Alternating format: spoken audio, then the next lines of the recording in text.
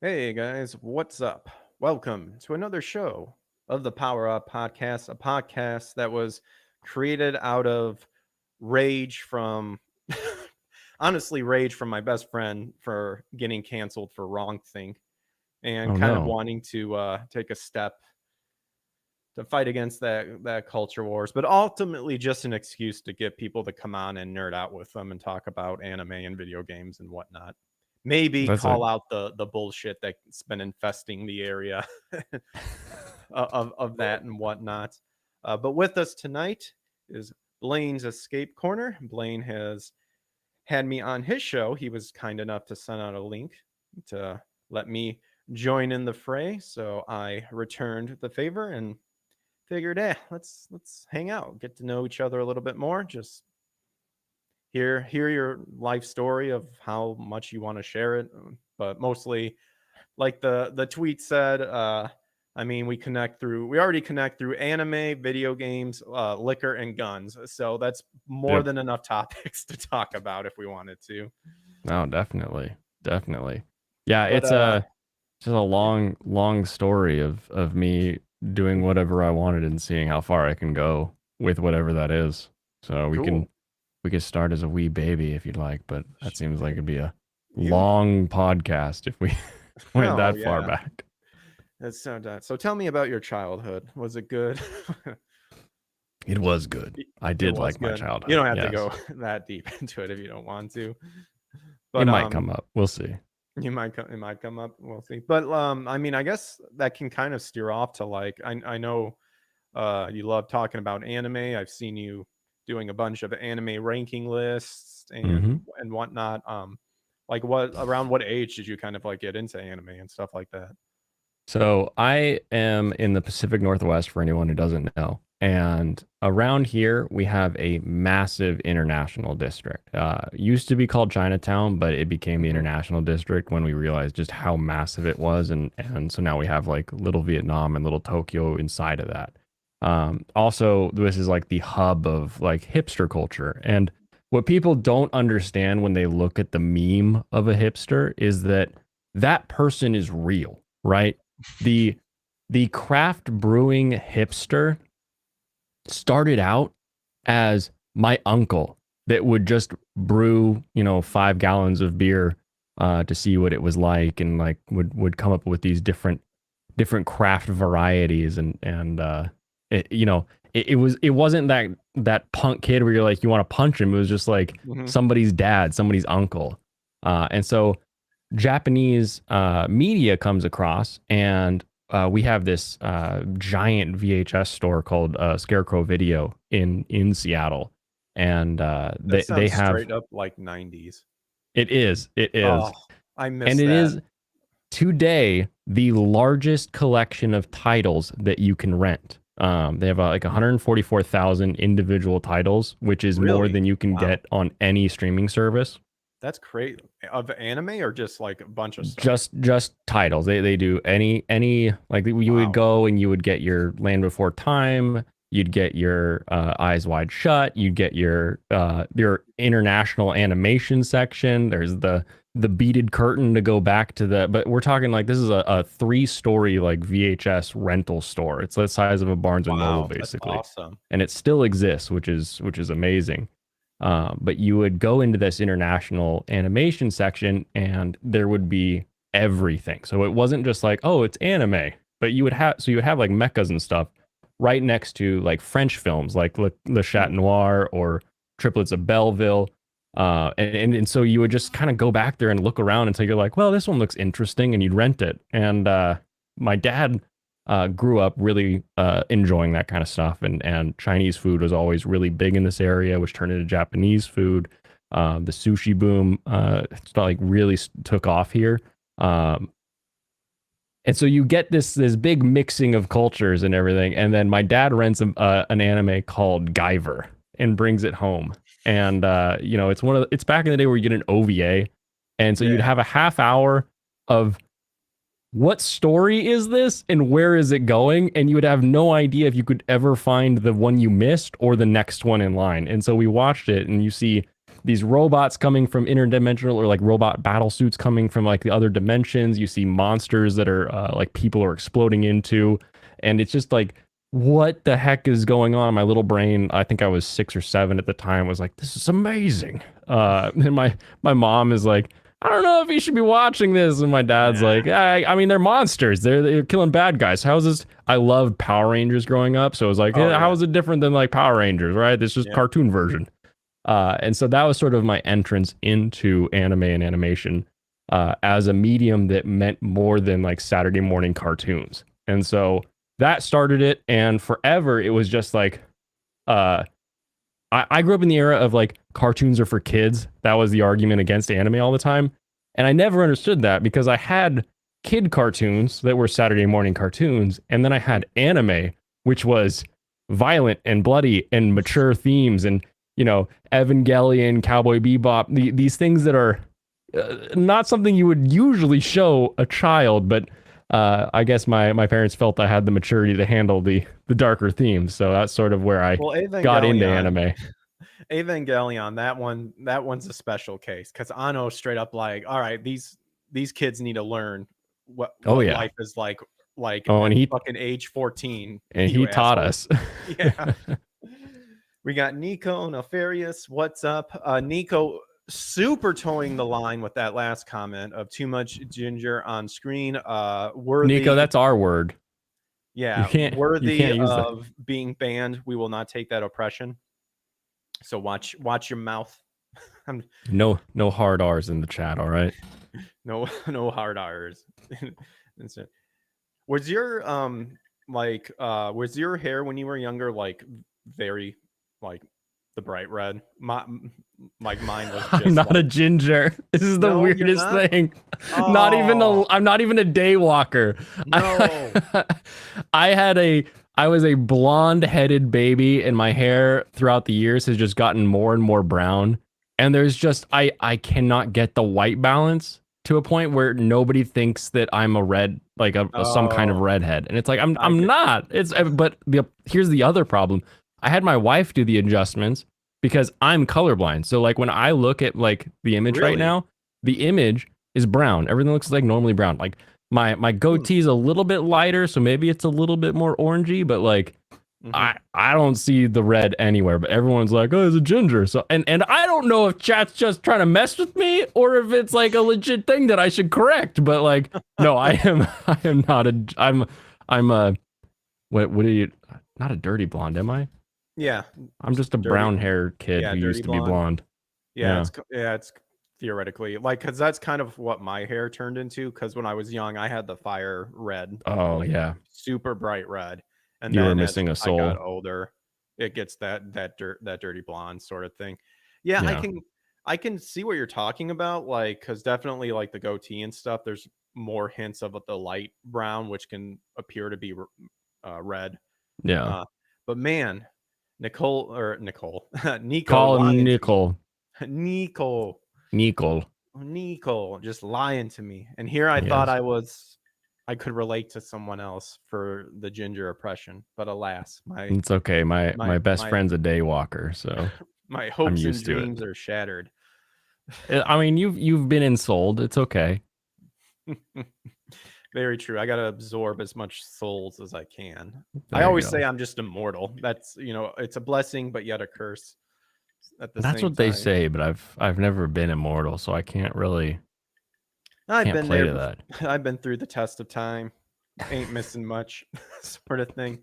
You mentioned Power Rangers. Did you? How much of the Power Rangers did you continue? Because I remember your regular Power Rangers, and Hmm. then a little bit of the Ninja one, and then a little bit of the Space one, Yep.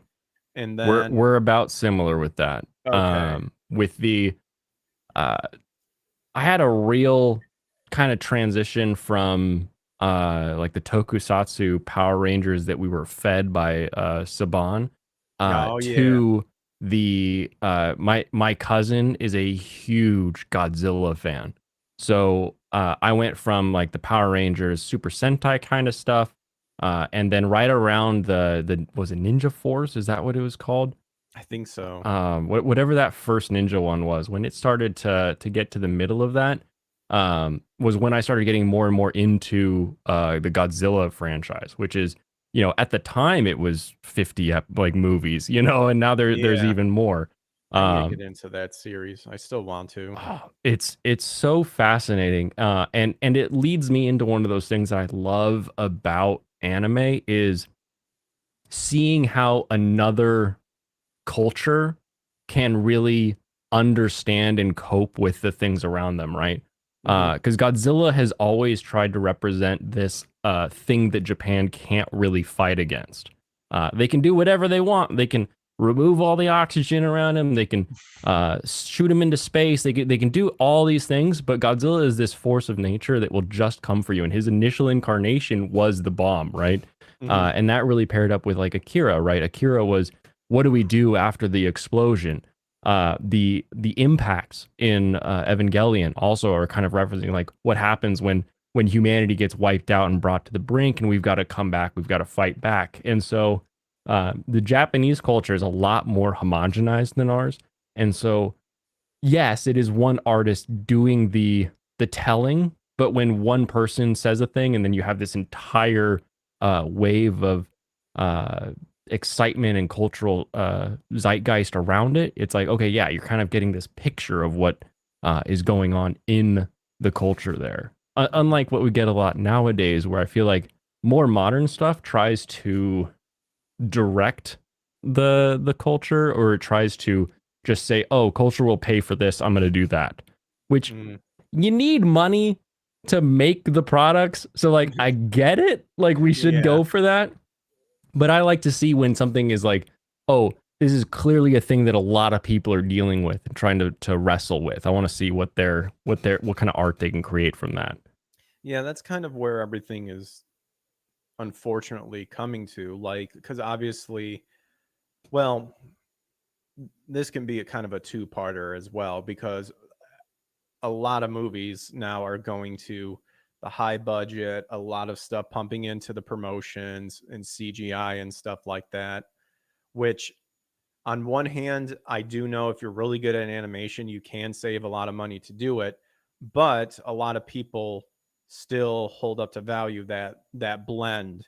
Like I Hmm. think a perfect blend of a movie is when you have 90% real life animatronics, puppets, squibs, all that stuff, with that 10% using CGI to clean up Hmm. whatever it is. And when you find that balance and it works together, that's that. No buts. Yeah, no buts. No buts. Like you'll have, I think you can really create a world, because we've seen it from past movies and stuff. You can really create a successful world. But like what you're saying now it's all just based on we got to pump the shit out of this movie, promote the crap out of it, and pray and fucking hope that the franchise will save it when it goes, when we see what the first What opening the week, toy how much sales are, yeah, or what the the yeah, sales and stuff. And it's just you're missing that you're missing that completely. So right. yeah, I'm that's interesting about how you see that with the Godzilla franchise and whatnot, because that was always one where I definitely wanted to dive into, and I still kind of do. And I think I thought I Oh, was on a and show it's once it's when you were not talking. hard to. It Yeah. really is a good watch. Like there are some silly ones, but if Yeah. you're somebody who can watch subtitles and you can watch the Yeah. original cuts, because a lot of what when Toho was sending them over, Hmm. um, they completely cut in. I forget the original Gojira. There's an entirely like American actor that gets spliced in as like the guy that's Yeah, like I've heard of tracking and that. following along, and it's really weird. Some of the dub stuff is just funny, so it's like, oh, this is like a good like piece of its time. Hmm. But for like actually, they're good stories. They're really kind of well laid out, and like I'm half and half. I think modern CG stuff was like really cool and really really great. Hmm. Some of the old like animatronic stuff, the old puppetry, there is good in that, but it Hmm. has to be done really well. And if you follow Yeah, like the I agree. entirety of like Godzilla, it goes from like really well done to like we're just having fun, and then it gets really good again. It's really interesting to see how it's not just it being practical. There's like, let's make it practical and care. We got to have both of those things in there. Yeah. Um, but yeah, Agreed. there's, and that's always why like the auteur is going to be the one that like kind of drives what people want to do, or what how would you say that they like you've got James Cameron, right? Hmm. James Cameron can make whatever he wants at Yeah. whatever budget he wants. Like he's like, yeah, I need to make this much money to like get it back, but people have already been paid for that film. So whatever Avatar 2 makes, it already exists. So you can't unexist it because it doesn't make enough money, right? And then you on the other side of that, you got people who don't, you know, they can make a movie for like $5,000, and you get stuff like Skinamarink and these really interesting like horror indie type things, right? And then they get really popular, really famous, and then that's where sort of all of the things follow. We saw the same thing with Anno when he released Evangelion. You had this whole swath of Hmm. kids trying to deal with personal Why? problems while Yeah. they did robots instead of just being in a robot. And Hmm. it was like, hey, you're trying. I feel like you're kind of missing the mark, but like Rasphion is still kind of a fun show. But you know, I think Escaflowne probably, you know, followed along pretty well, but like Escaflowne wouldn't really exist if it wasn't for Evangelion, Raspbian? right? Rasphion. Raxphon. Oh, I thought it was pronounced Razafon. That's like the Ava version with music, right? Yes, yes. Yeah, yeah. I like that one. Yeah, That one was a good one. I enjoyed that. it's okay. It's, I mean, yeah, that's You fine, I can guess. tell where it's coming from. You call it the Ava one with music, right? Oh Like yeah. the like Ava comes out and the guy makes it because that's his like project, his passion, and then you get all of these things that are like, oh, now we can get our budget because Well, they did it, and so they sort of yeah. like trailblaze as an I auteur. mean, I It's have really no interesting. problems with people trying to ride the coattails if you're successful with it per se. Yeah, But there's a that lot one of was good. others that. I mean, that one I watched way back. Like a lot of the story I don't remember anymore. I do know like something with blood types are different, and I know Yeah, that I remember the ending. I remember the big twist. The twist. it's a big twist, The big twist. So big I was big gonna twist say we're going missing. back to Godzilla Yeah, go back to Godzilla or because you're excited about it. Gojira. Gojira, I which thought I one? was on a show when you kind of commented a little bit about like the current like legendary Godzilla and stuff like that. Are Oh, you kind of not a fan of where that's going? Do you think I it's don't capturing? care about them as much. And Okay. I think part of that is that like the first one had this interesting idea where like Godzilla is sort of this force that everyone's talking about, but the actual execution just makes it a little bit more boring where it's like, oh, there he is. Oh, movie's over. You know, and it doesn't really go anywhere too exciting. Um, Yeah, I remember that one being, if I'm remembering correctly, like it was almost too it's it was almost too focused on like the human story mhm. when it's Godzilla. Like obviously we want to see more of Godzilla than we do the human story. Yeah, Sort but of like thing. for years it's been the human story because it's not about Godzilla, it's about the humans trying to stop or fight Yeah, against that's what I was Godzilla. gonna say. Yeah, But and like, so it was a bit it was imbalanced. That was the biggest issue because I've mhm, never seen a Godzilla where there's that little Godzilla in it. So I agree with most of that critique that it's like we should have Godzilla in our Godzilla movies. Um but I mhm, liked the idea that they were going for. But then when the sequels came out, we basically got like the Destroy All Monsters timeline, which is like we have all these cool toys, let's smash them together, which mhm.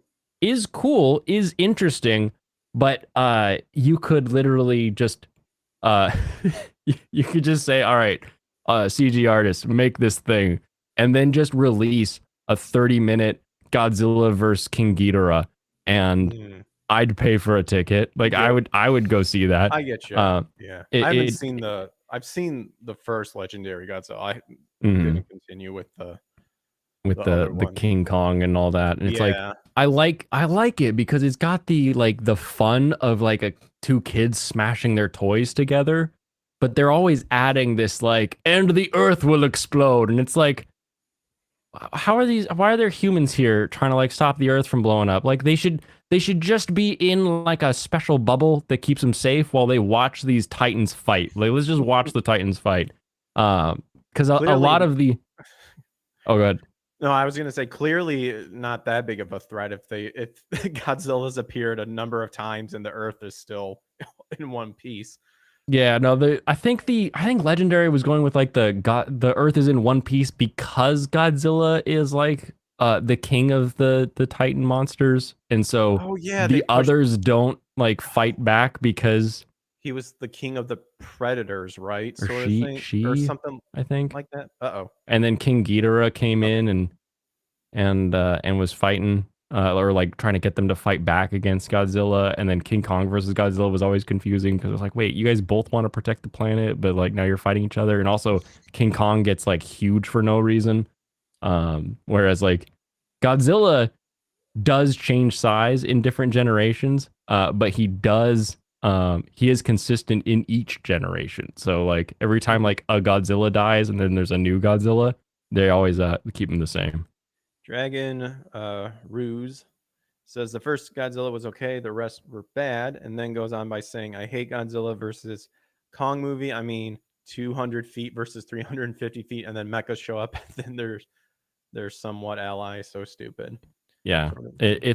it's a weird one because when you go to the classic Godzillas, like you got to remember, right? Godzilla is atomic energy, not Mm-hmm. just the atomic bomb. Because in the first one, he's like the bomb because that's what they were wrestling with. But then after that, he's atomic energy because you would have some sort of monster, King Ghidorah, for example, or Mothra, that are coming in to attack Tokyo, and then Godzilla is then the protector of Tokyo, and so now it's people that are fighting back against Mothra, and they're like, "Where's Godzilla?" And they're like, "Oh, he's asleep at the bottom of this volcano," and then they have to like blow up the volcano so that Godzilla wakes up, or Mm-hmm. like he needs an alarm clock or something. And so you've got Godzilla as this thing that people, throughout the 60s and 70s are like, okay, this is power, but it's also like it's not just electrical power. It's destructive power. It's Chernobyl in the 80s. Like it's not just, and you watch like Godzilla throughout the 80s has a meltdown, right? He physically is melting down. It's like uh an entire part of his character Oh, arc. And so yeah, you can't for not me, you Gojira. can't separate that from who and what Godzilla is. So having him just be like, "Oh, he keeps the planet safe." Kind of weird. Kind of Makes weird. sense. Yeah, They give him a little the bit more substance to it. Yeah. Here's a The question for Netflix you. version did okay. The Netflix version did okay with having Godzilla be like tied to the planet. Because the core of the planet is nuclear.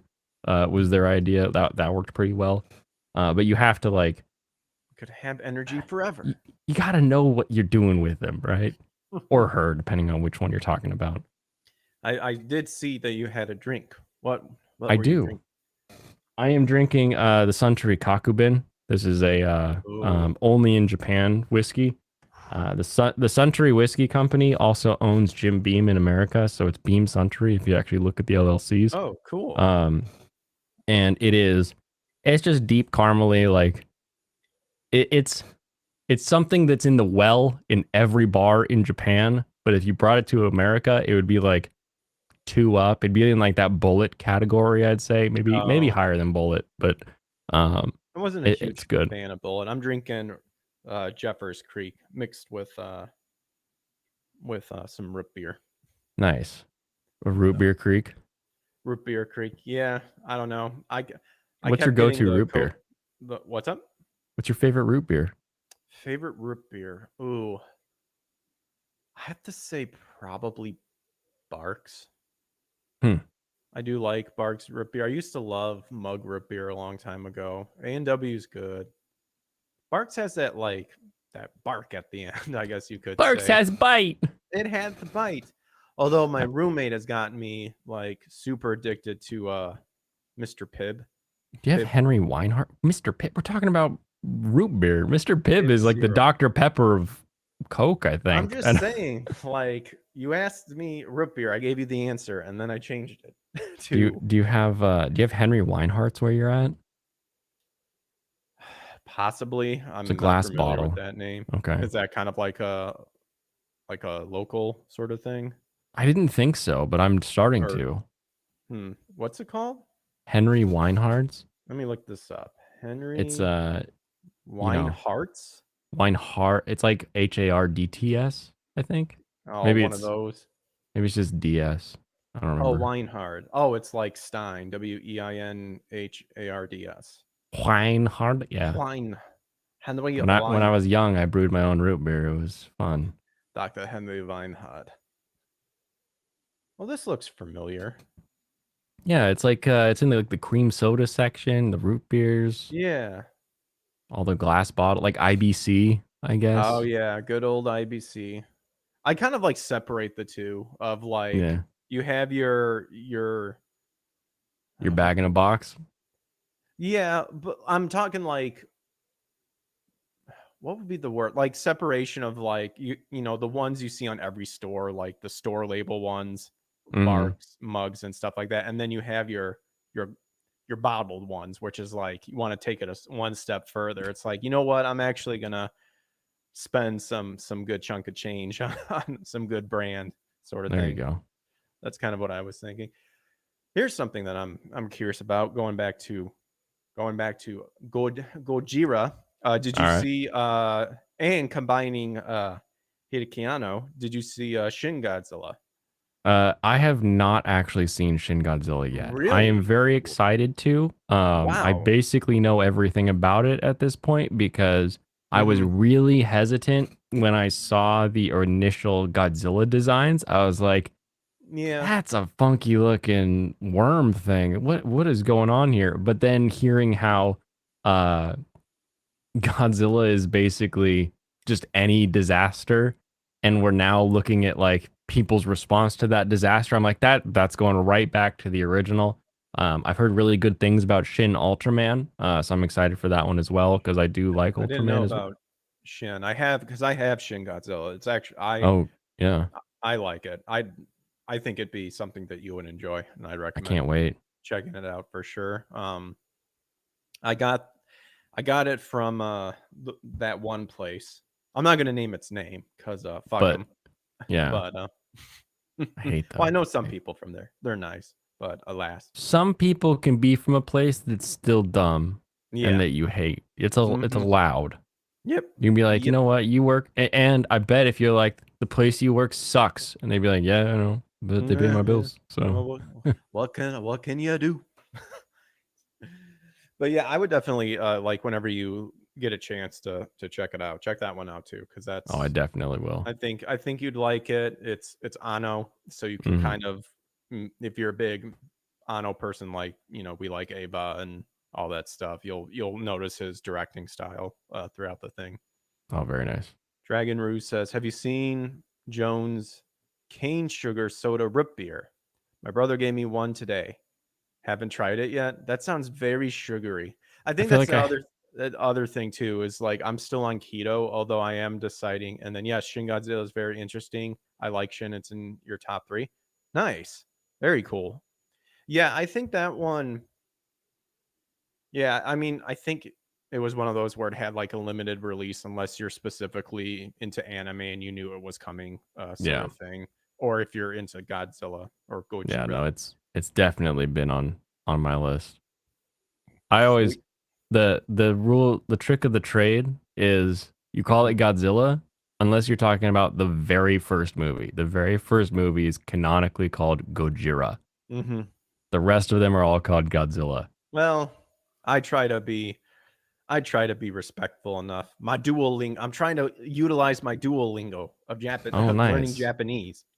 You want to Nihongo Hanasimasu a little bit here for the crowd? Let's.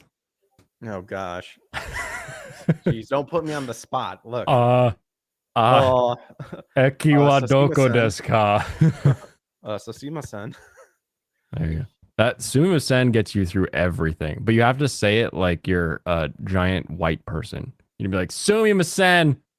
And people just like, they split. You're like Moses at the Red Sea. You're Oh. like, Well, you I know, actually try to follow the don't try. Okay. All right. Don't try. I Just okay. embrace the whiteness, apparently. I'm about to save your life for when you go to Japan because this Okay. represents 7 trips to Japan that I have Oh, taken oh, now. okay.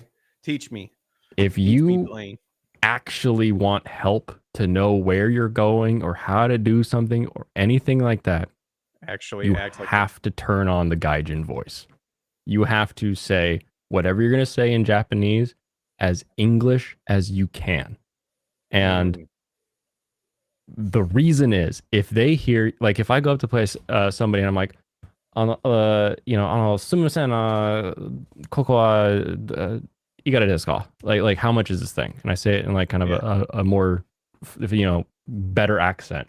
They're gonna go, and I'm like, I That just wanted makes to know a sense. price. I just want, but if I go up like ikura desu ka, and I hold it up and I'm like pointing at it, and they're like, Makes sense. oh, sen en, and I'm like, cool, 1,000 yen, I got it. Like, Okay, that does make sense. I get what you're talking about. And I knew Coco. Coco. I yeah, knew that. I'm like, this. It you means got it. Yeah, this into my hand, you got it. yes, I knew it. I was like, it's learning. It's Perfect. like I can feel it. I can feel the knowledge the retaining. The trick is, if you've done some duo, if you've done some learning, you know that the Japanese alphabet doesn't have an L in it.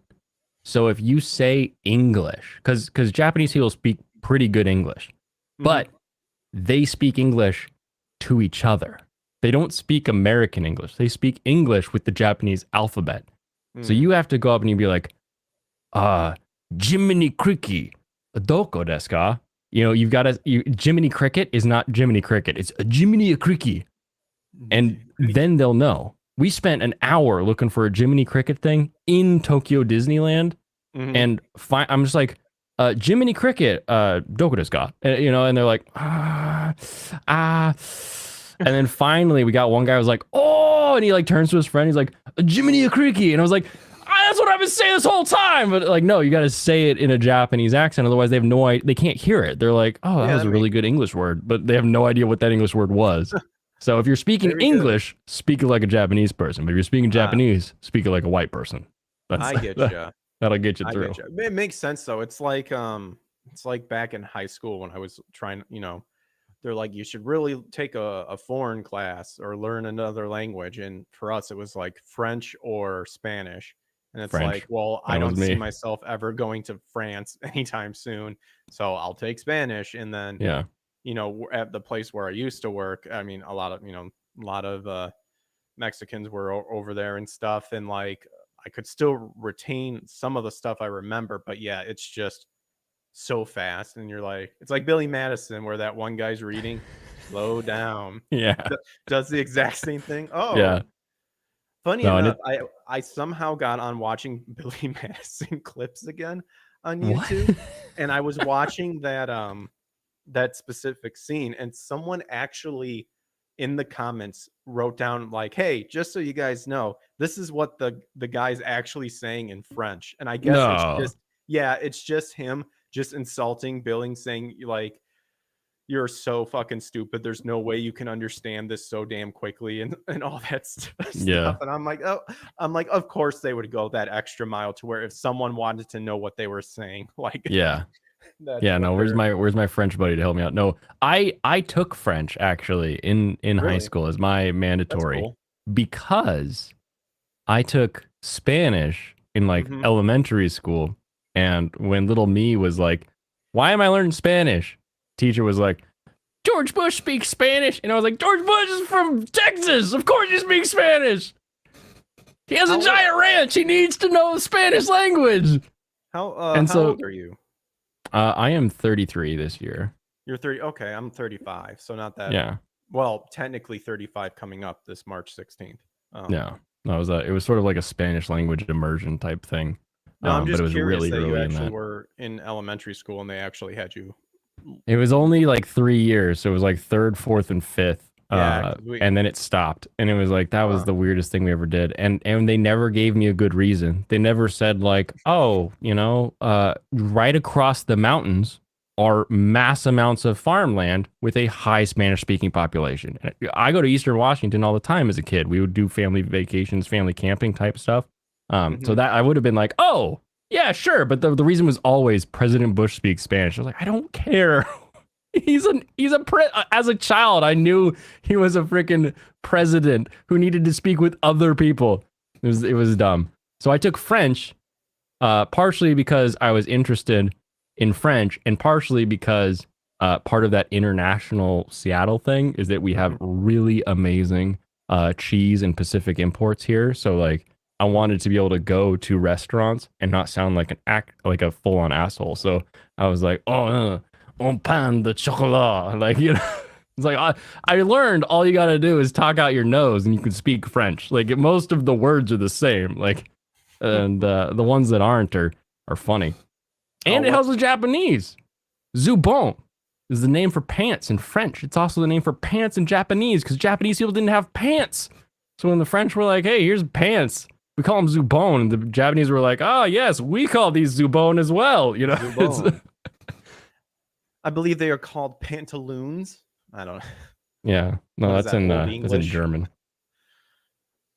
We're old. I'm not old. You're in your Yeah, we're not old, dude. Come back to me when I'm like 45 or something. Then maybe I'll say I don't even know if you'll be old at 45. Like, have you seen like 40 and 50-year-olds nowadays? This is true. I stopped giving a shit about my age like long ago. Like, there's a thing that happens. Like, I remember being a kid, and I would see older people, and I would see them be old, and I would like know, because like you grow up in church, you grow up with a pretty tight community, you know how old everybody is. It's not like this big surprise. You would have 50th birthdays for people, and I remember having 50th birthdays for different like elders in the church, and you're like, damn, they're old. But then now you're looking at a 50-year-old, you're like, are we getting stronger as a species in just a decade? Like it feels like the 50-year-olds that are around nowadays are in a lot better shape than they used to be. I don't know. Maybe, you know, they're trying to create that immortality to live forever. Oh, it's the testosterone injections. That's what it is. Ah, yes, right into that's the real. Yeah, that's the ticket. Have you been? You ever seen someone who goes on tea? Your scrotum, Dean. What's up? Have you ever seen someone who gets tea like medically? Get medical tea? Yeah, testosterone. Oh, I get you. Not really. It's insane. Like, think about like the frail old man. The reason they're a frail old man is because they don't produce as much testosterone, and so their muscle mass withers away. So now we can literally give somebody testosterone, and you get, you know, the old man strength just continues. And you're like, how are you getting stronger? I'm supposed to be beating you now. Like, stop it. Where's my injection? I just umbrella everything into like, you know, injecting with like steroids, not like the illegal steroids, but you know, like, yeah, I rub steroids on my skin all the time. If I have like you get some like, what the hell's the one that gives you rash? The plant? Poison ivy? Yeah, you get some poison ivy. That cream you rub, hydrocortisone, that's a steroid. Yeah, it's Get a little sniffle of some Flonase, that's a steroid. That's what people give steroids a bad name. Yeah, that's what I said. Like, I just think of like that umbrella term. It's like when, like, before the whole Corona thing happened, like, I had to go in, which I'm more than positive. I think like I got like a version over it or something, because they ultimately were just like, it looks like you have walking pneumonia, and they're like, you're like, that sounds bad. Can you fix it? And they're like, nah, keep walking. They took an X-ray of my lung, and they're like, yeah, your right lung is like pretty showing some stuff there. Like, here, use the machine, the breathing machine, to like clear everything out. And they're like, all right, we're just gonna give you a nice big old helping of steroids, so go ahead and just lie on your side here. And they're just, and literally that same day, I felt so much better. But after that, you know, you're super tired because you're trying to fight it, so then just collapse afterwards, and then that was it. And then I was fine ever since. So yeah, but no, in so much stuff, the body is the best healing, and steroids literally just supercharge that. And you're like, yeah, this fixes everything. But then you do die afterwards. You're like, yeah, it's like, hyper speed up my natural immunity sort of thing, or give me like an herb that does the same thing or something. I'm open to whatever. Like, no. Just I'll not big take it if it pharma. works. Not big pharma. Fuck big pharma. Uh-oh. And then it's just like, your stream has been canceled. It's like, oh, Yeah, don't no, do that. no, They made me don't do that. live. I woke up at 7 unable to breathe, and I was on like a Like nebulizer today? for a long time. No, 7 years old. Oh, Yeah. I was No, like, oh my gosh, are you all my, right? my parents were like, what do we do? And it was like asthma, but it like wasn't quite asthma. It was like a crazy shock kind of thing. It was weird because like I was like, fine forever, and then I just like was dying, and so I like lived on a nebulizer, couldn't go over and like hang out with friends or anything like that because I always had to like come home to like breathe in this tube so that I could get like the steroids down into my lungs. So Damn. like Are you big fine pharma now? saved my life. Oh, well, I mean, that's good, but, Yeah. you know, did they fully cure you, though? That's the thing. They did eventually. I did allergy immunity. So Oh, your your your allergies are an immune response that's mm-hmm. too hyper. But then I found this crazy doctor who was like, "Yeah, we do this." And basically I took shots like I would just go in like once a week for 4 years and Mm-hmm. then I just kind of stopped having allergies. It was like, "Wow, this really Yeah, worked." I actually recently went to at least an allergy specialist because I got Mm, hit with something to where it was like constantly feeling post nasal drip, like always feeling like I have to hack something up, yeah. swollen throat and stuff like that. And they're all this like I've had allergies before, but now they're like, oh yeah, like you're showing you have really bad ragweed.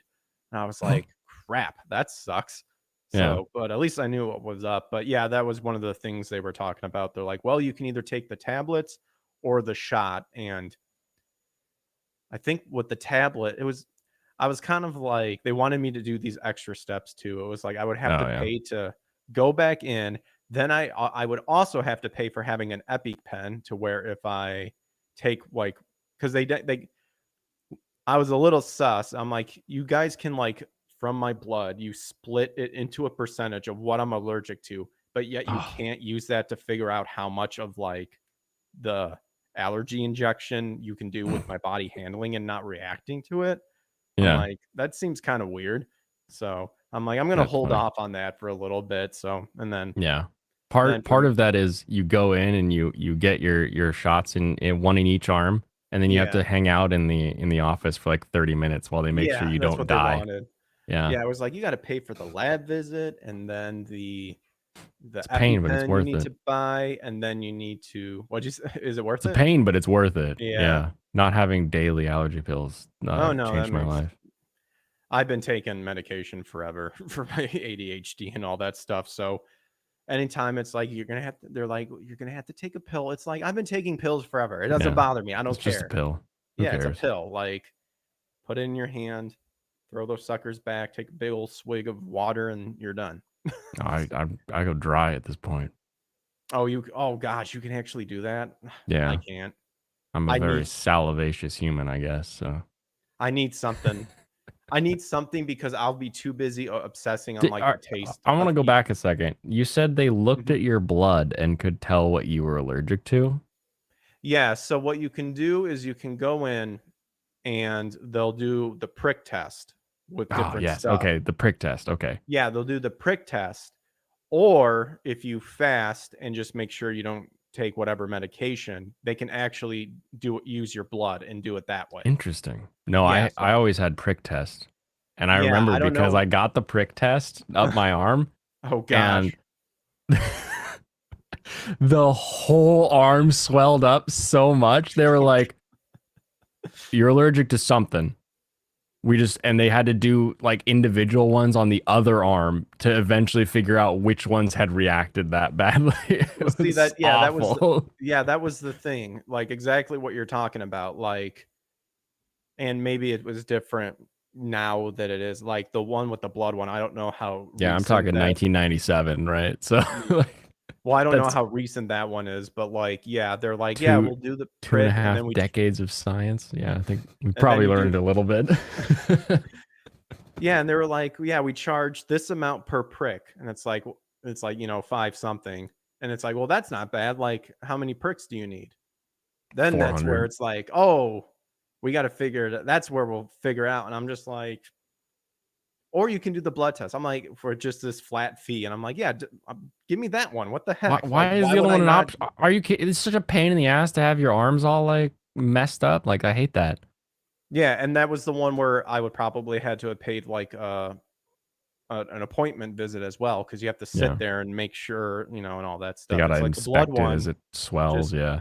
yeah, blood one. It's just like go into like Just what you get a do any draw. other place with a physical. Okay, Yeah. we'll contact you, or the specialist will contact you when we send it over. It's like, yeah, you have this.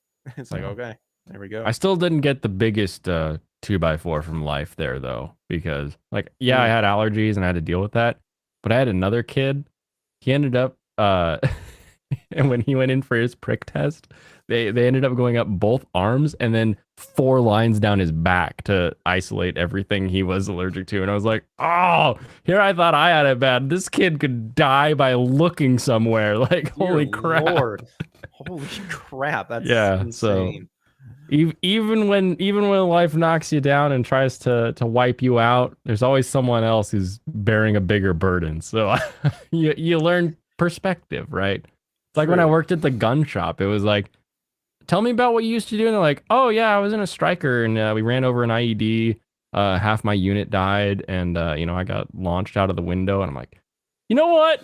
I'm doing pretty good today. Like, How'd you get into the like working at a gun shop? I asked. Good, killer story. Make sure that whenever someone asks you that next time, you say it exactly like that. All right, you want the whole story? Well, Do you remember Sons of Guns? it sounds familiar, It was yeah. like a TLC thing that was like following a gun shop around where they were like making guns, but they like, you look at it now and you're like, nah, they weren't. No, they weren't. And so I was like, wow, this is like fascinating. My grandpa was a gunsmith. Some of the guns at the bottom of my lake are stuff that he had made. Oh, that's cool. And so really cool, unique stuff that's very like sentimental, family wise. And I think guns are just fascinating pieces of machinery. Like they're so cool. The artistry mixed with the function Functionality. like of the whole thing is just fascinating, and I love it. And so I emailed the West Coast Armory, the only 5-star gun range and shop in our area. They also have a gunsmith, and I was like, hey, I'm done selling TVs, because I was working at Target at the time. I was like, I Oh, hate electronics. I helped launch their produce initiative. I was like, this sucks. I'm done with retail in this space, but I'm pretty damn good at sales. One of the things that I did while I was at Target is I would like teach everybody else how to sell stuff, because customers are dumb. And 9 times out of 10, all you need to do is grab the box, read the features on the box, and ask the customer if that's what they want. And they're like, oh yeah, there you go. And they would just be happy. They're like, wow, they really helped me out. They really knew a lot, all this kind of stuff. He's like, I just read the box. It's not, there's the trick. I'm not a genius when it comes to digital cameras. I can just read boxes, and a lot of customers can't. So, figuring out how sales works, I was really interested in that. And I went in and I sat down. It was me, the manager, the general manager, and then the owner. But I didn't Ooh. know who they were. They were just like, all right, come on back. We can do the interview. And we're talking through the interview. Why do you want to do this? I was like, oh, I like guns. My grandfather was, and I do sales. So you're looking for sales, and I know sales, and I can learn. I know how to learn guns. And they're like, okay, cool. Do you have any felonies? Because you can't work at a gun shop if you have a Oh, felony. yeah. And I was like, oh, not yet. And the Not the yet. owner, who I didn't know was an owner, started cracking up, laughing, and was like, I like you, and just left, just walked out. And I was like, okay, this is unique. And then the other two were like, well, he's the owner. I was like, oh, okay. So do I have? And they're like, yeah, he likes you, so you're in. And so I went there. What's really cool and unique about that place is they really focused on making you better and not just making gun people. Oh, that's cool. Are you familiar with like the chud, like the gun fud, like that person? You go into a Bubba's gun shop and he's like, here's a Remington 870 that you're gonna need, and you're like, that's not what I came in here for. And he's like, yeah, but it's what you want. And it's like, no. So Oh yeah, I know exactly who you're talking about. yeah, learning the 6 steps of the sales process, right? Build rapport with your customers, figure out what they want, figure out how to service that need. Like, what do you have that matches that? What are they worried about? What, really connecting on that level. I worked there for 4 or 5 years. I moved up to operations manager eventually. So we did everything from we had sales. We did international sales. I've sold guns out of the country as well as inside the country, every state on the planet. I see how What? this works. No, I'm just Yeah, I'm an international arms dealer. So war uh has changed. yeah, no, not much has changed. Oh, The okay. rules, the more the rules change, the more they're the same stupid rules that have been around for far too long. That was a Metal Gear Solid quote. I know. Okay, Yeah. just making sure. But then there's also Fallout where war never changes. So Oh well. what who Yeah. do you believe? Liam Neeson or what's his face? Who does Solid Snake's voice? Old Snake. I do. I love me my old Snake. Yeah. Well, Anyway. Snake in general. I mean, not particularly when he's old, but a baller. Yeah. Anywho. No, that's fine. So yeah, we did sales, we did manufacturing because it's really easy to be a manufacturer of firearms when you have a store at least. And then there's also the range, which was the giant 5-star range. So I made a lot of connections with a lot of people through that. Most of them still good connections, still people that I text. We don't text for a year, say something, and bam, they're right there. It's a good community. Sweet. That's awesome. It's always, do you have a favorite I guess specific firearm you enjoy, sort of thing? I guess handgun per se. My favorite handgun is probably going to be a Jericho 941 because I'm a weeb. It's the gun that Spike Spiegel uses. Ooh, nice. It's a Jericho 941. We'll pull it up anyway, though. Back in the day, Sig Sauer made the P210. The P210 was like the very first frame where the frame comes around the slide, and so it really lowers the moment of inertia for the recoil. And then CZ, the Czechs, were like, "Hey, that's a great idea. We make it cheaper," and so CZ makes it in a much cheaper version. I have that one without the rail, but yeah, same basic gun. I like it. Look nice. I like the look of it. Looks nice and smooth. It's mine's all steel, so it's also very heavy. It's like the same weight as my 1911, but it shoots 9 mil, so it doesn't move when you pull the trigger, which is fantastic. But yeah, so CZ made it from the P210, and then the Italians were like, "We can do it too," but they make it, and it's very weird. Like, the Italians make things and they turn them into race cars. Like the Italian clone of all of these is called the Tanfoglio, and they're always wacky colors, and they're the guns that like you see like competition shooters use that have like blue and red and orange. Like, they look like Nerf guns. Like, the Tanfoglios are funny. And then the Israelis were like, "Yeah, we should make that too, but like if we run out, we should be able to like beat them to death with it." So they made an all steel version. So that's what I went with. I typed in Tanfoglio. I'm not seeing like the bright, colorful ones. Oh, No, like the handles. do Tanfoglio race gun. Okay, race gun. Yeah, that should get some funky colors in there. That's all I can say. Oh, gosh, yeah, they're completely unnecessary. I love competition guns because they're so ridiculous. Oh, wait, that's, that's like the YouTube picture. I don't want that. This one looks. It's a gold. I found a gold custom one. Oh, nice. They're all custom at the end of the day, and they're all 10 mil. That's the other funny thing, because the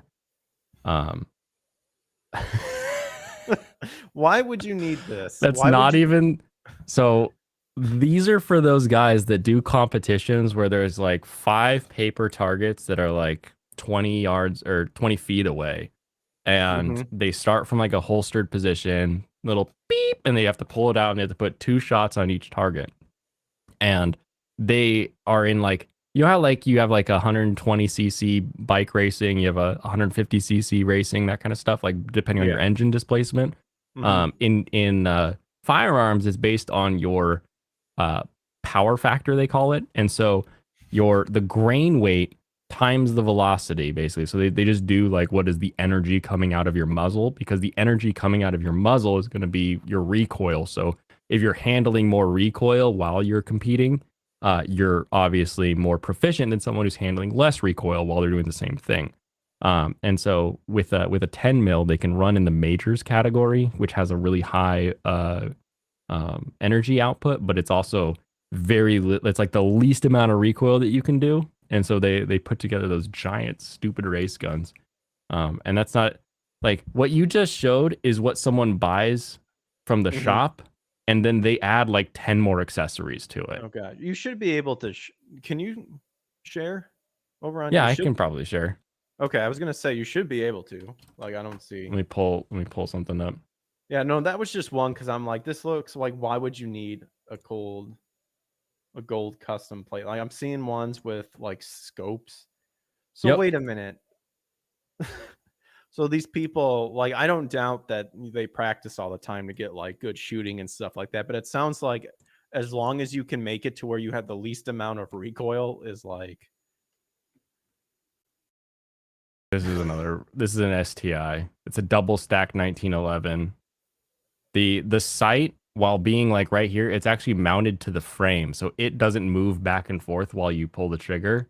Just Oh, the okay. slide underneath does, so that Yeah, I you see can what keep it's your sitting target on. aligned. This is forget.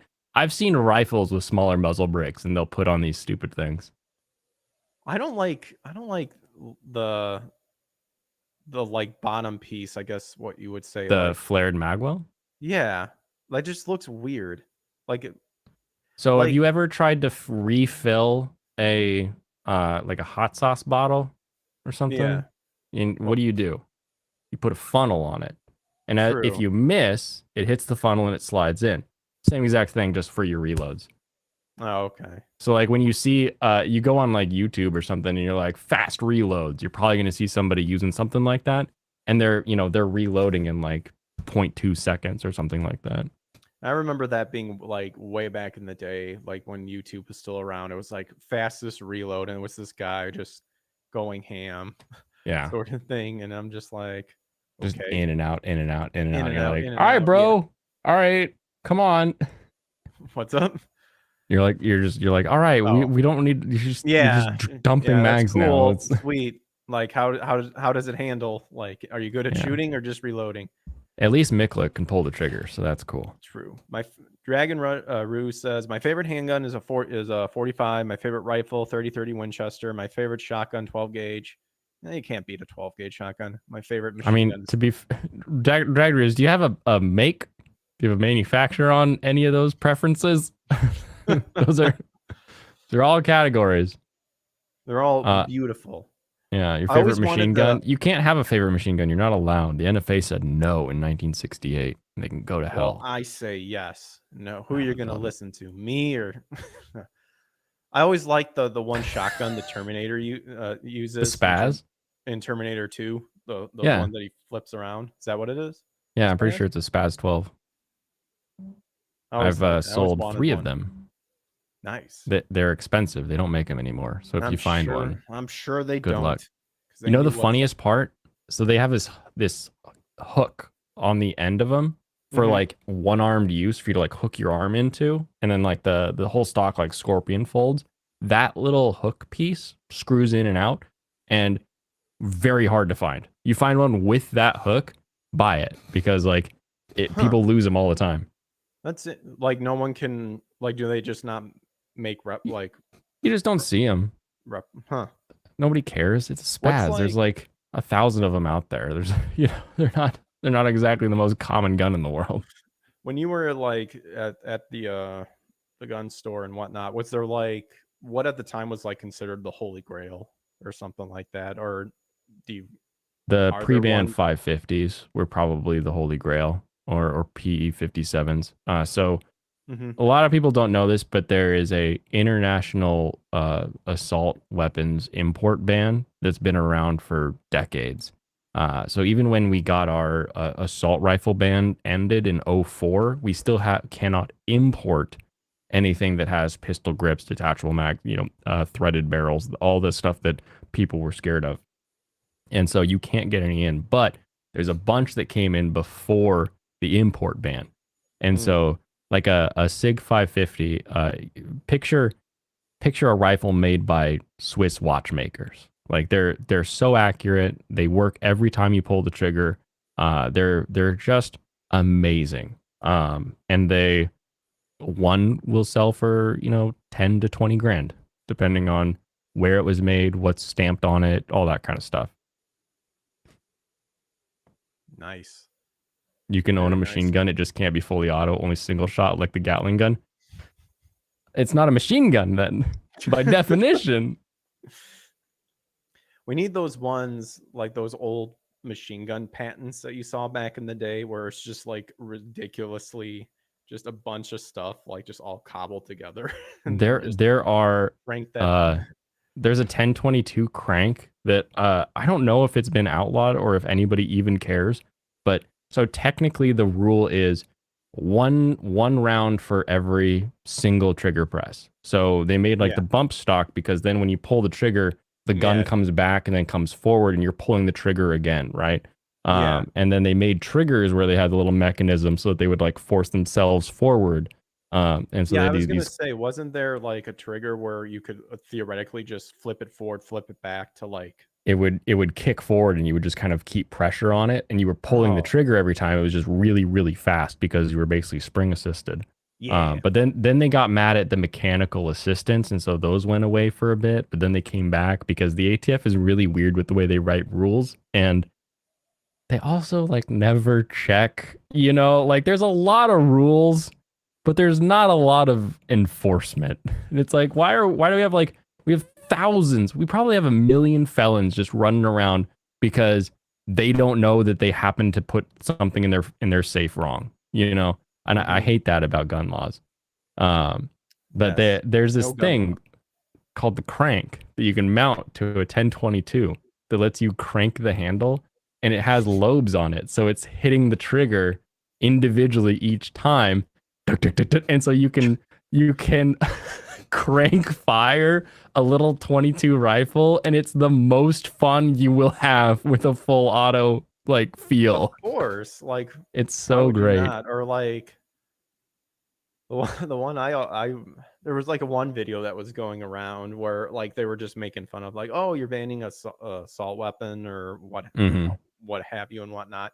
And the guy, what did he have? The M1 Grand where he loads Yeah. the clip and just pulls it and it's just just goes ham.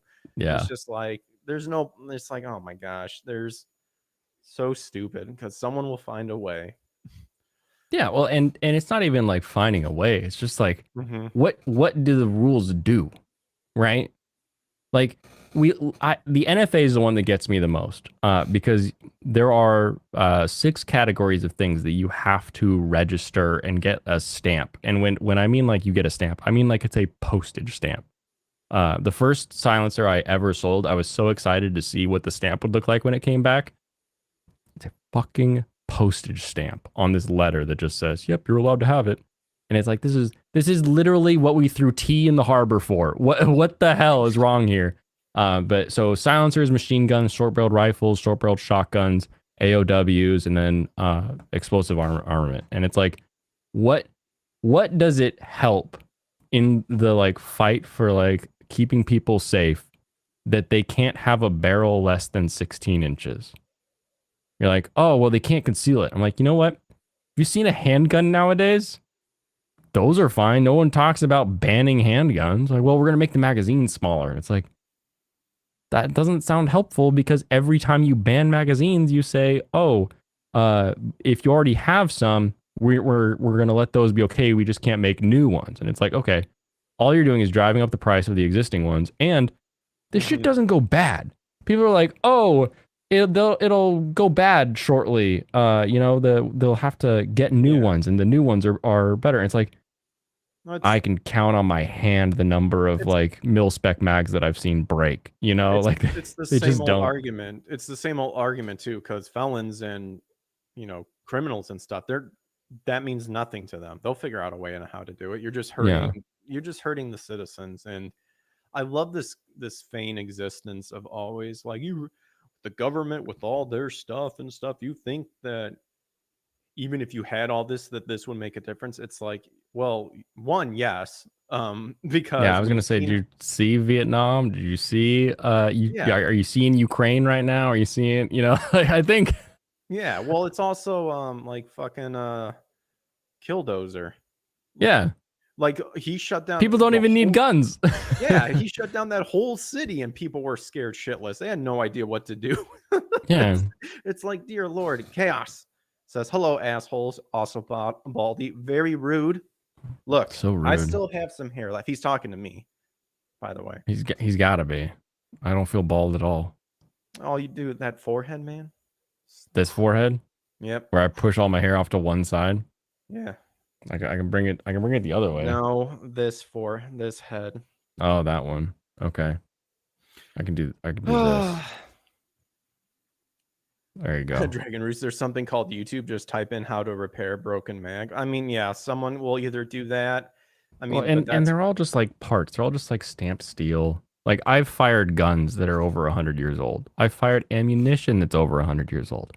That literally 45 caliber ammo that came out in 1911. I have fired. It sparks like crazy and it makes for really cool photo shoots. Like it's so like it's not like oh we do an ammunition registration on what? You know how many like rounds are just hanging out in like every basement? Like that doesn't help. That's not going to do yeah, anything. Like what is it we want to do and what can we do to actually make that work? it's not like, yeah, it's not like it's some canned soup or something. It just No, goes bad. It's exactly. like, Yeah. They're like, no. "Oh, these and you'll the best part about working at a gun shop is all the old ladies that come in. They're like, "My husband died and he had all this ammo and it's probably bad. Can you dispose of it?" And you're like, "Yes, I can." I'll help you right there, right away, Yeah, man. we got so much ammo just handed No, to us by old ladies. It was amazing. that's one thing I would love to get to is an ammo reloader. Mm, That would be so nice. huge pain in the ass. Huge pain in the ass, but I'm sure worth it in the end. Yeah. I mean, anybody who's using those race guns that we were just looking at is loading their own ammo, so they can load exactly the number of grains of powder to make sure that it only hits the bare minimum to be in the majors. So Sounds like, and these are like there are trick autistic shooters. people in every community, and the gun autists, that's what they do. They're Are all they the race gun, the IPSC, the USPSA guys. They're all the gun are they autists. worse? What would you rank them compared to like the the autism in anime? Would you rather have anime autistics or gun autistics? Anime, Anime. anime, anime. And what would be your main reasoning? So Expound on that. a an anime autist will tell you that your thing is like mid or that like some show is the best show of all time. This is the best waifu. You're wrong about this. You'll fight about it. Mm-hmm. But uh there's a camaraderie there that just doesn't exist with the gun autist. The gun autist thinks that you're just a moron for owning a 380. Like, fuck, would you ever do that for? Those fuck, were you fucking stupid? You should do the 22 Magnum at that point because the 22 Magnum can hold 10 rounds in the revolver, and the revolver, you know, is going to work every time. You're like, I just wanted this one because I liked it. Get off my back, asshole. Like they're always they come at you with this I'm right about this one random thing. And you're like, yeah, but that wasn't what motivated this purchase. That wasn't what I liked about this. But they're always so self-righteous and they're always so right about the things that you're the only wrong person. Whereas like with an anime lover, at the end of the day, you both love cartoons from Japan. Like it doesn't you've got a brotherhood there. And yeah, and especially if you can like beat them up if you need to. I'm just messing. but That is true. not But really. I But don't know. I think you can beat up some gun autists too. They don't.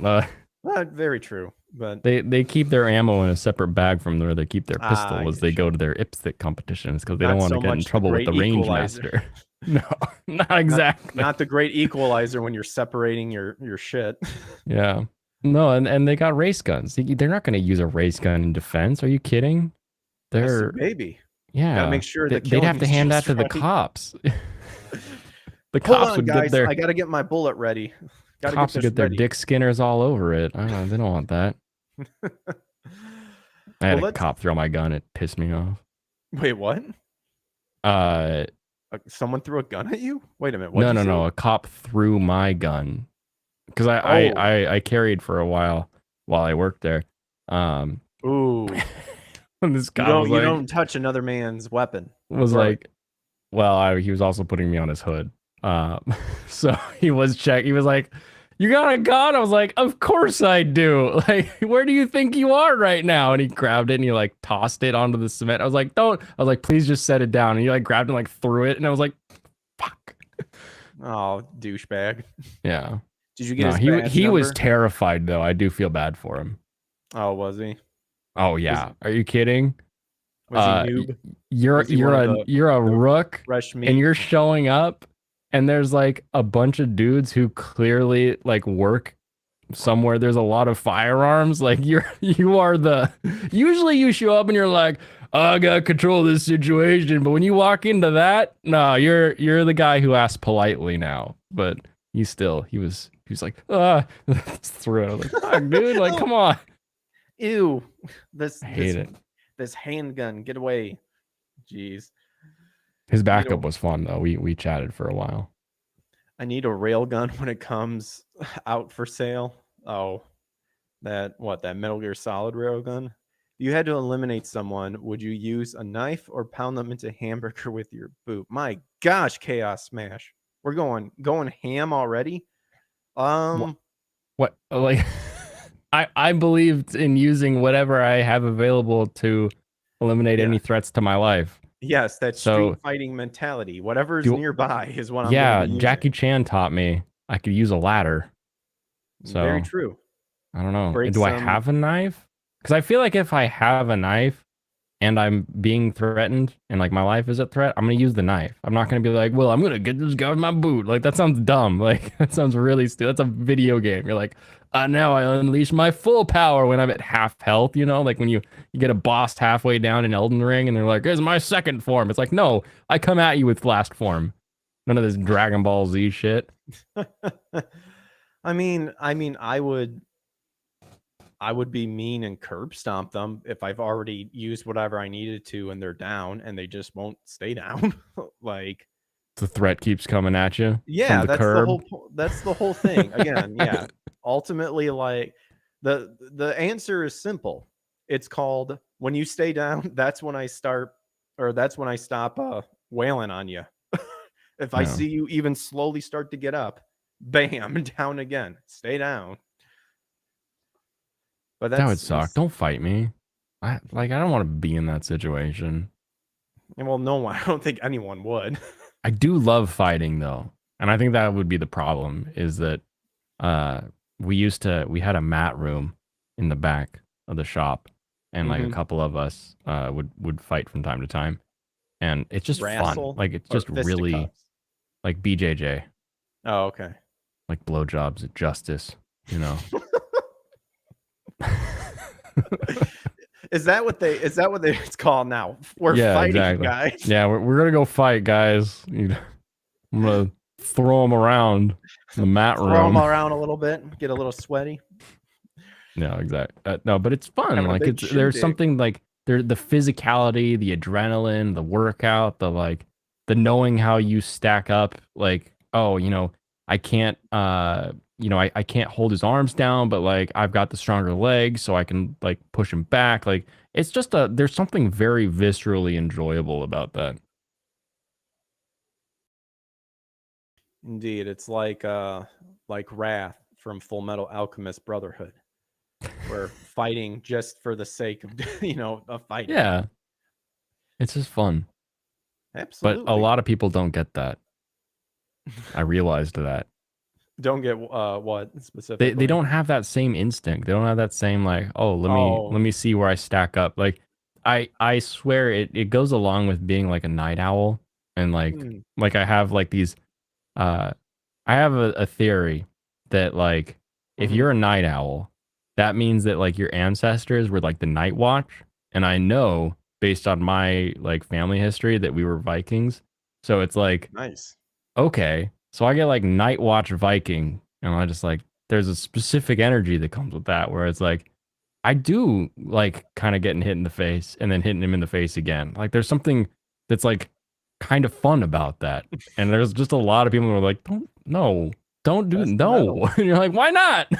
Why not do it? I'm more of like I mean, kind of the same way, but more so of like do it when you need to do it per Hmm. se. You know, I think anyone will do it when you need to do it. uh, I think nowadays not really. I think a lot of people are turning into pussies to be honest, Ooh, maybe. but that depends though. It depends on who it is. I mean, but that's a cop out answer also as I well. think people will always react in order to save themselves. I think the skill may be gone, right? Like you Yeah, may get a those. lot of like flailing where you should be striking, but like Mhm. I think that reaction still exists. Just Yeah. that's such a base human like animal reaction, but I guess for me, like it always seemed to, whenever hypotheticals like this would arise with certain people, it was always like I would just the fight or flight, and mhm, it would always seem I would be surrounded by people who would be flighters, and I mhm, would be the fighter. I'm like, no, like, yeah, and not just like I'm fighting because I want to fight. I'd be, everyone like guarantee you like you'll still be terrified when you need to fight someone, but you have your mhm, adrenaline pumping through you. That'll make a difference, and also the principle of the matter too, of whatever it is like if you truly know it's wrong, it's like no, I'm not going to back down yeah, per se. But fighting like Yu Yu Hakusho where he just likes a good fight, or Goku always looking for a challenge. Well, Goku, yeah. I'm his, much more Yu Yu Hakusho than Goku. oh, no, I like Yu Yu Hakusho more for sure. Goku is just fucking retarded. Yeah, Especially in Super. Did we ever talk about that, I don't think we Blaine? have. No. Real quick though, I am curious though. Blaine, I do like that name. You said is that kind of related back to your Viking ancestry sort of No, thing? No. it's my it's a familial name. Okay. Yeah. No, I was just curious if it was I like mean, it based off might of. be Oh, okay. given that like grandparents and great grandparents have it as like their like middle name and Oh, stuff. So like okay. it may be, but it's also the name of a town in Washington. It's like up by the Oh, Canadian border. I think of Blaine, the gym leader Yeah. from Pokemon. It took a while before that became a thing that I could be like, yeah, this is what my name is about. Because when I was a little kid in elementary school, it was a figure skater, a female figure skater, Oh, or a I'm sorry. city. Those were my choices. Oh, well, That's a I'm unique sorry. name. There's a city up north. It's like I thought it don't was know figure unique. skating. I thought it was unique. Yeah, I was just wondering because my last name's Merriman. It's Dutch, so Oh, and you gotcha. were mentioning Vikings sort of thing, so Yeah, that's kind of where I was connecting the two sort of thing. very But Chaos exciting. is bringing up is Goku stupid in GT. Yeah, GT is stupid, so it solves I that problem. actually, as I know it's bad, but I kind of want to try to watch it again because it's You been can so try. long, and I want to confirm if it truly is that bad. Because there are parts of GT I do like. I do The like the second design. half of GT is okay. I do like the design of Super Saiyan 4. Hmm. I do like Super Android 17. The way he becomes about could have been a little bit better. It didn't Yeah. make sense. Just how two Android 17s can merge and be stronger than a Super Saiyan 4 doesn't make sense to me. But I Like, did wait a the minute. Dragon Saga was pretty I good did the too. math and it just does not add up. It doesn't make any, well, I mean, technically, maybe you could make the argument now with Super confirming that Androids 17 and 18 can get stronger. Hmm. Like honestly, like everyone said, like here's one thing. Would you want to be a Saiyan? Like if you could be whatever the race of in the Dragon Ball universe, your Saiyans, Yeah. your Namekians, what have you, sort of thing. The Dinjin, Boo. I almost would want to be like one of the cyborgs, like the androids, because they never get Mm, tired and super confirmed that they can get stronger. So their yeah. power level base, like, will be wherever it is they want it to be until they train to make it bigger, Yeah. sort of thing. What would you want to pick? Oh, I was saying. Saying, I've yeah, wanted a monkey tail forever. a monkey tail. That'd be so The cool. journey to the west. Did you want it to have a Yeah. journey? Freaking that power pole. I'd be all about it. I only plan to watch Dragon Ball and GT. Wait, have you seen Z? I love DBZ. I don't care what anyone says. Well, I'm saying this right now. I'm not a fan of Super at all. Like Mm. I personally think Super, for lack of better terms, shouldn't have existed. I think Super is much better if you binge it.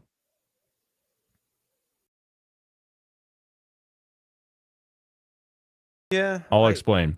It yeah, takes a I'm long time when you're watching week to week mhm. to get through Goku Rose. It takes a Oh yeah. long time when you're watching week to week to finally get down to fighting Jiren in the tournament of power. Like Yeah. it takes so long and it drags on for so much. It's like they were trying to make it like Z back in the day. And it's like we don't have to. You guys can just do it. You've got Toriyama helping you. Just make it Mhm. happen. Why do we have to follow these old trite things? I think it should have leaned more into Goku being that like chaotic force of just wanting to fight. Um, but I think overall it does well. It is weird timeline wise because it takes place between the last two episodes of Dragon Ball Yeah. Z. So there Mhm. is some weird stuff there where you're like, well, we're gonna have to get rid of the erase the universe button. Like that's gonna have to not exist by the time that like the end of Dragon Ball Z occurs. Otherwise, stuff doesn't make sense. So Yeah. I mean, it it might mess things up, but I'm okay with it.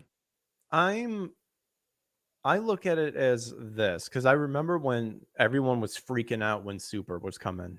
Um, Hmm. and I thought I remember reading an article of them trying to capture the humor of Dragon Ball and the Hmm. action of Dragon Ball Z. And I feel like it completely fails because one part of the humor from Dragon Ball, specifically with Goku, is that he was a bumpkin living out in the Yeah. middle of nowhere that has not adapted to the city life and all that stuff. And you're like, bro, you're 40 now. Like, come Exactly. on. Exactly. That's exactly my Vegeta point. can do it. What's wrong with you? Like, I And it think was Vegeta is the cooler character at the end of the day because Oh, he's no, more I agree. relatable. Like, honestly, Vegeta could have been the main that's the other thing too. Like, I think there was plenty of opportunity to set someone else up to be the main focus of Well, Super, and it once was again, supposed to be Gohan. I thank you. God, I hate that. Go He was so cool in the Cell Saga. Now he's a fucking nerd. I only watched Dragon Ball Super Broly in the recent superhero movie. Even the superhero movie, like the straight up production team said they were not satisfied with the 3D production, which I Yeah. stated in the beginning that 2D animation that they showed of the recap of the Dragon Ball story, that's what the whole movie should have been.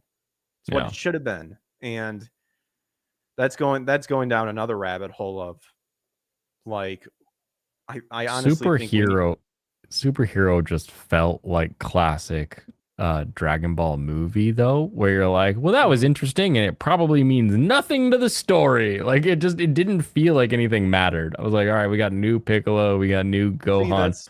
But are they gonna have those power-ups when we get back to like mainline story? I don't think so.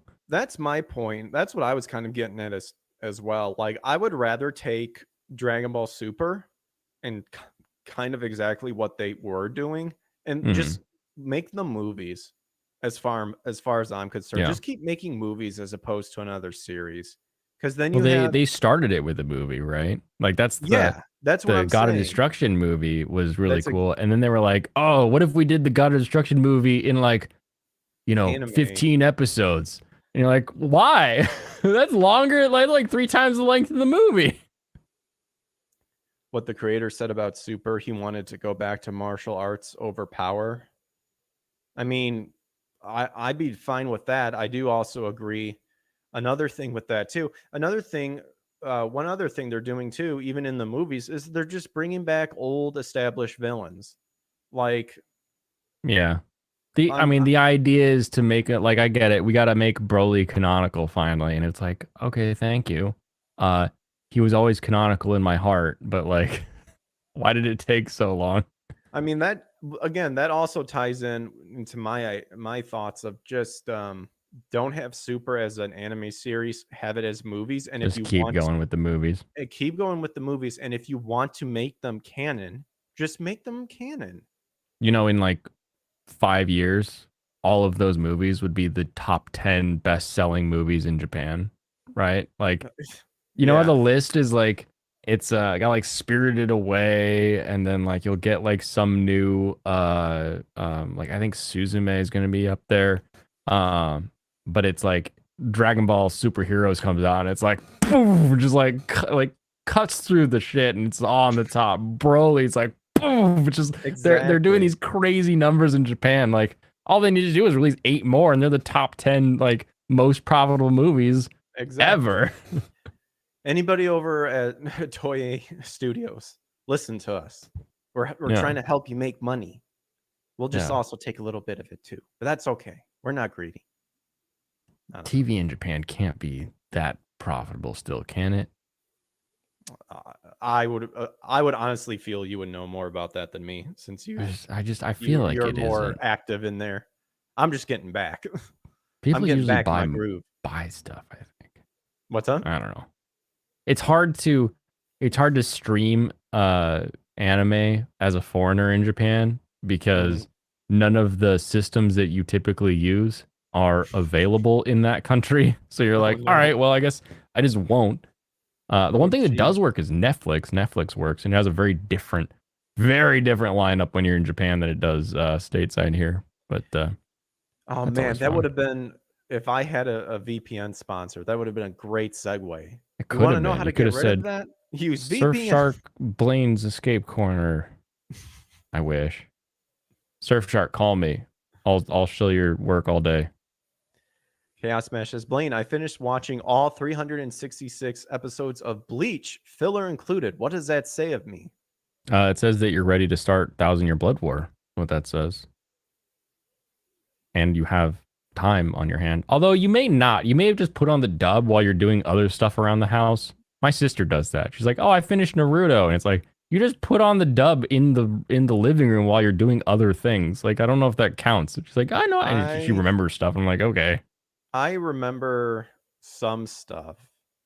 I did like the Quincy arc, the arc that's coming up in the, what was it, Thousand Year War, you said? Thousand Year Blood War. Or Thousand Year Blood War. But I read the manga.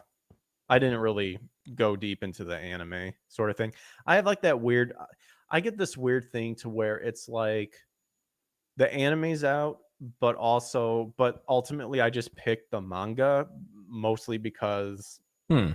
it's, I don't know, I guess for sometimes there were times where I watched the anime and I'm like curious of like, does the manga end like this? And then you'll either find it doesn't, or it kind of ends in a similar way, but sort of thing.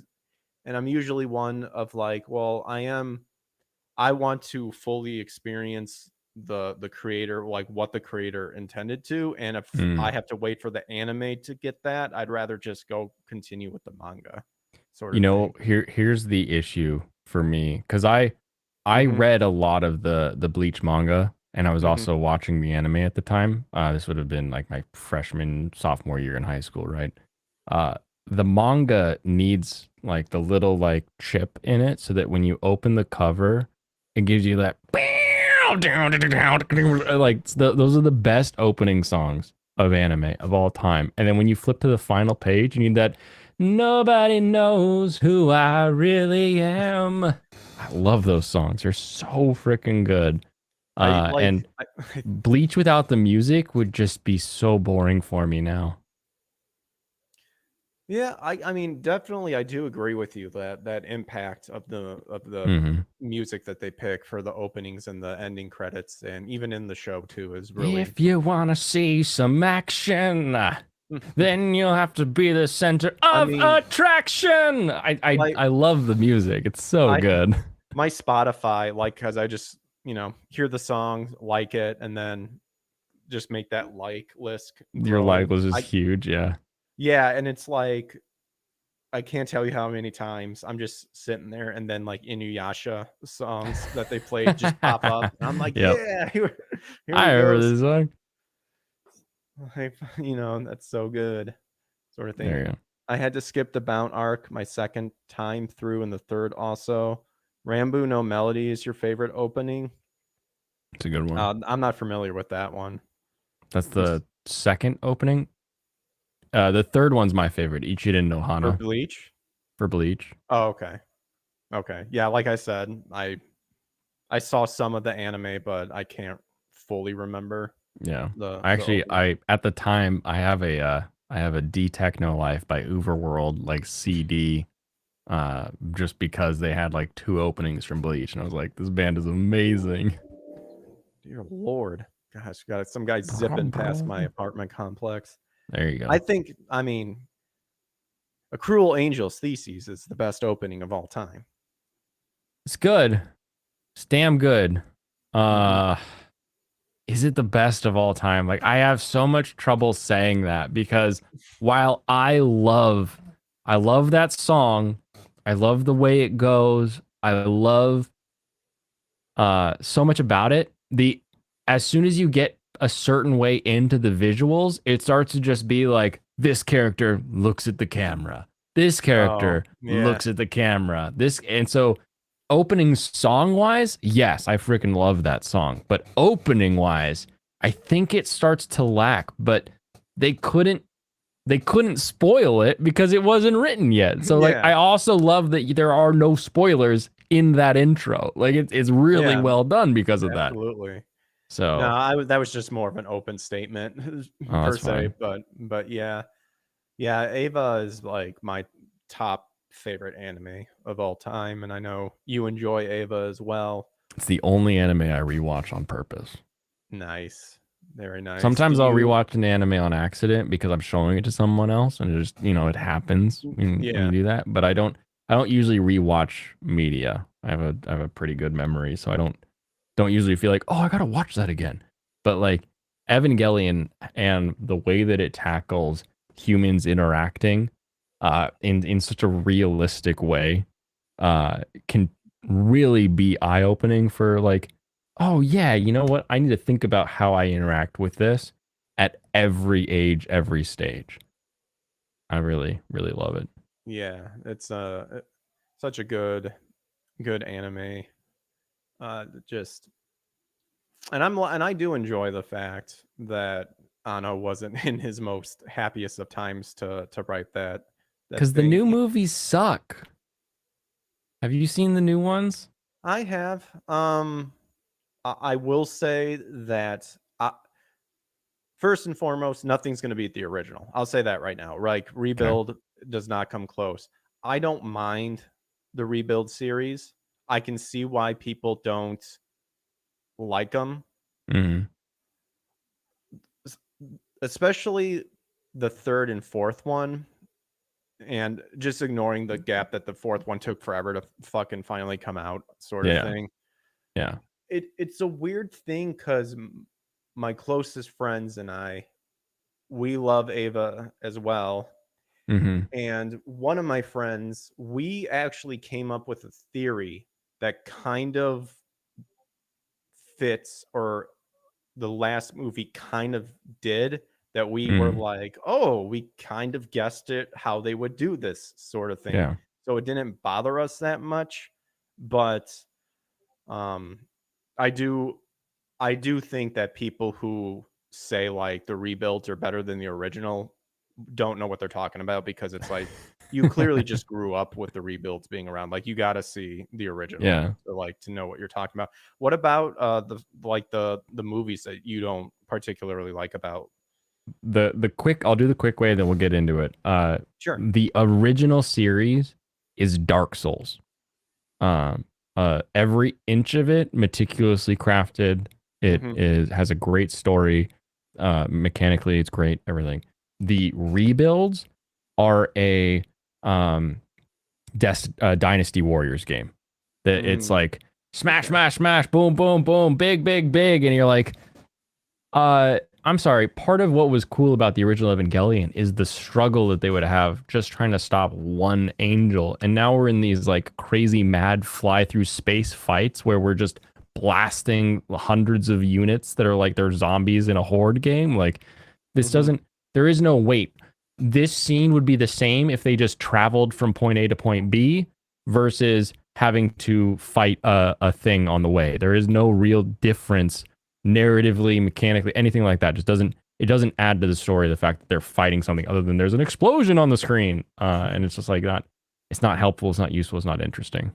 I get you. I respect that, and I can totally understand what you're coming from. Yeah, there was a lot of capitalizing on, like what you said, Yeah, it looks using the really beauty and cool, stuff to showcase fighting and stuff like that. But obviously, that's not but the what Ava fight was doesn't about. mean anything.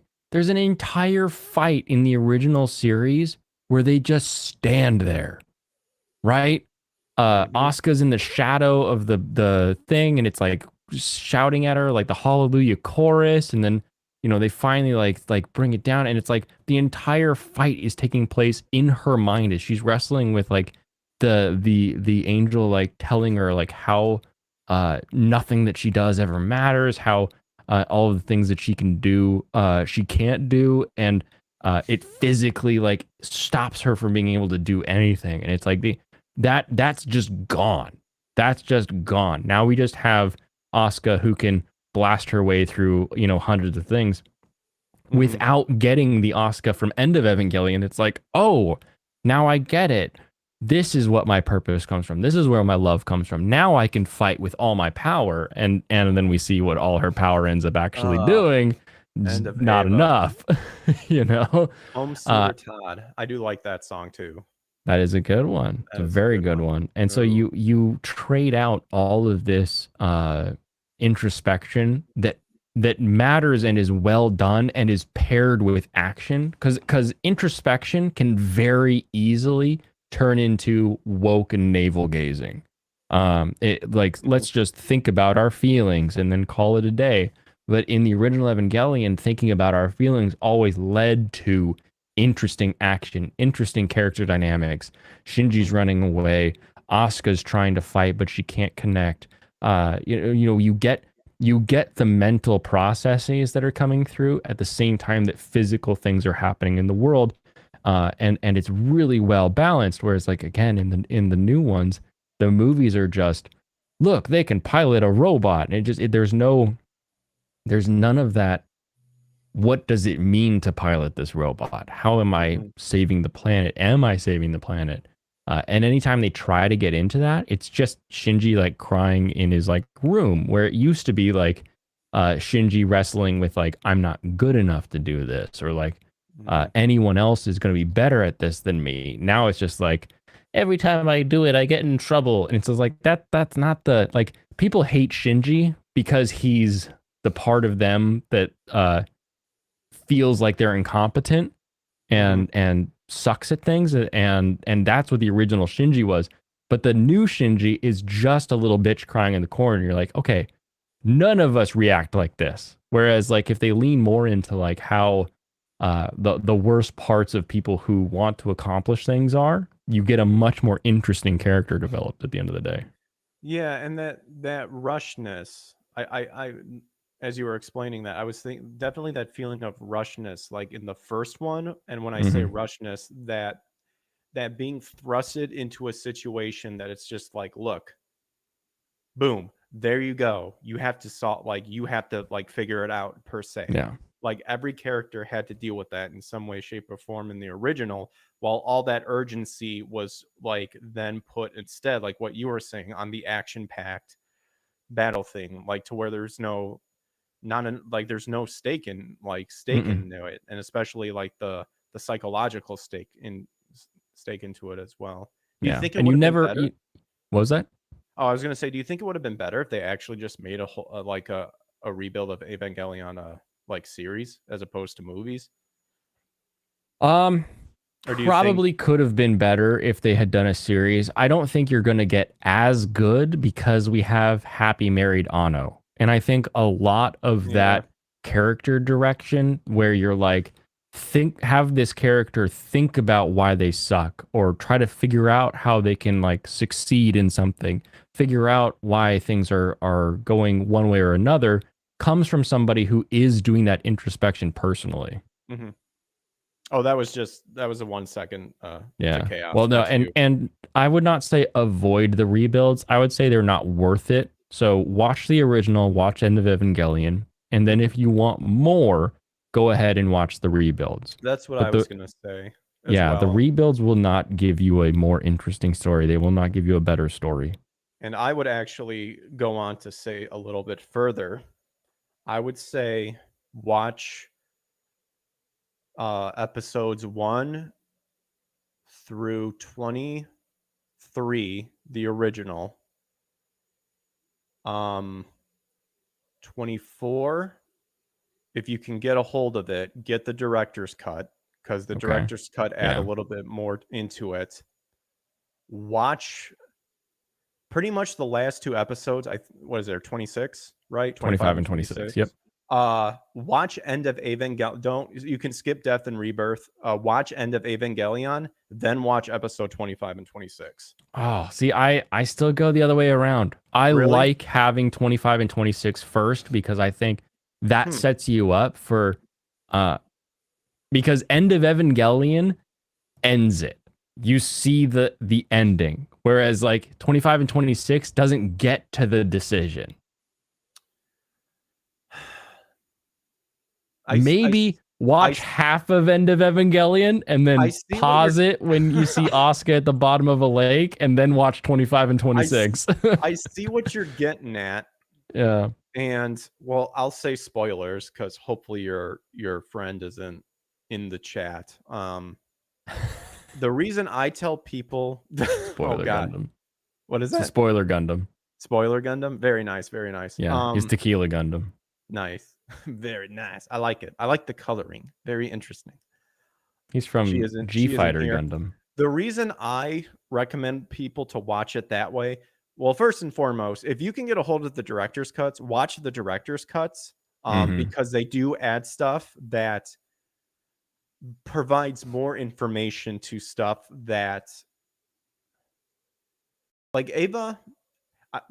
Another thing too, part of Ava is actually looking into it deeper. That's what's also beautiful about it, is that you can find a lot more hidden stuff into it, like what Mm-hmm. Blaine was saying, like on how Like Dark damn, Souls. yeah, like how damn cryptic it is. But the director's cut, I think, does a good job adding more information that ties it a little bit better, but not like explaining every damn thing that's Yeah. happening. Now, going back to what I recommend people and how to watch it is, I see it as the end of Evangelion is what is happening actually, Mm-hmm. like what's happening physically and all that's happening in the world. That's what's happening. 25 and 26 is what's happening in Shinji's mind, is Yep. how I look at it too.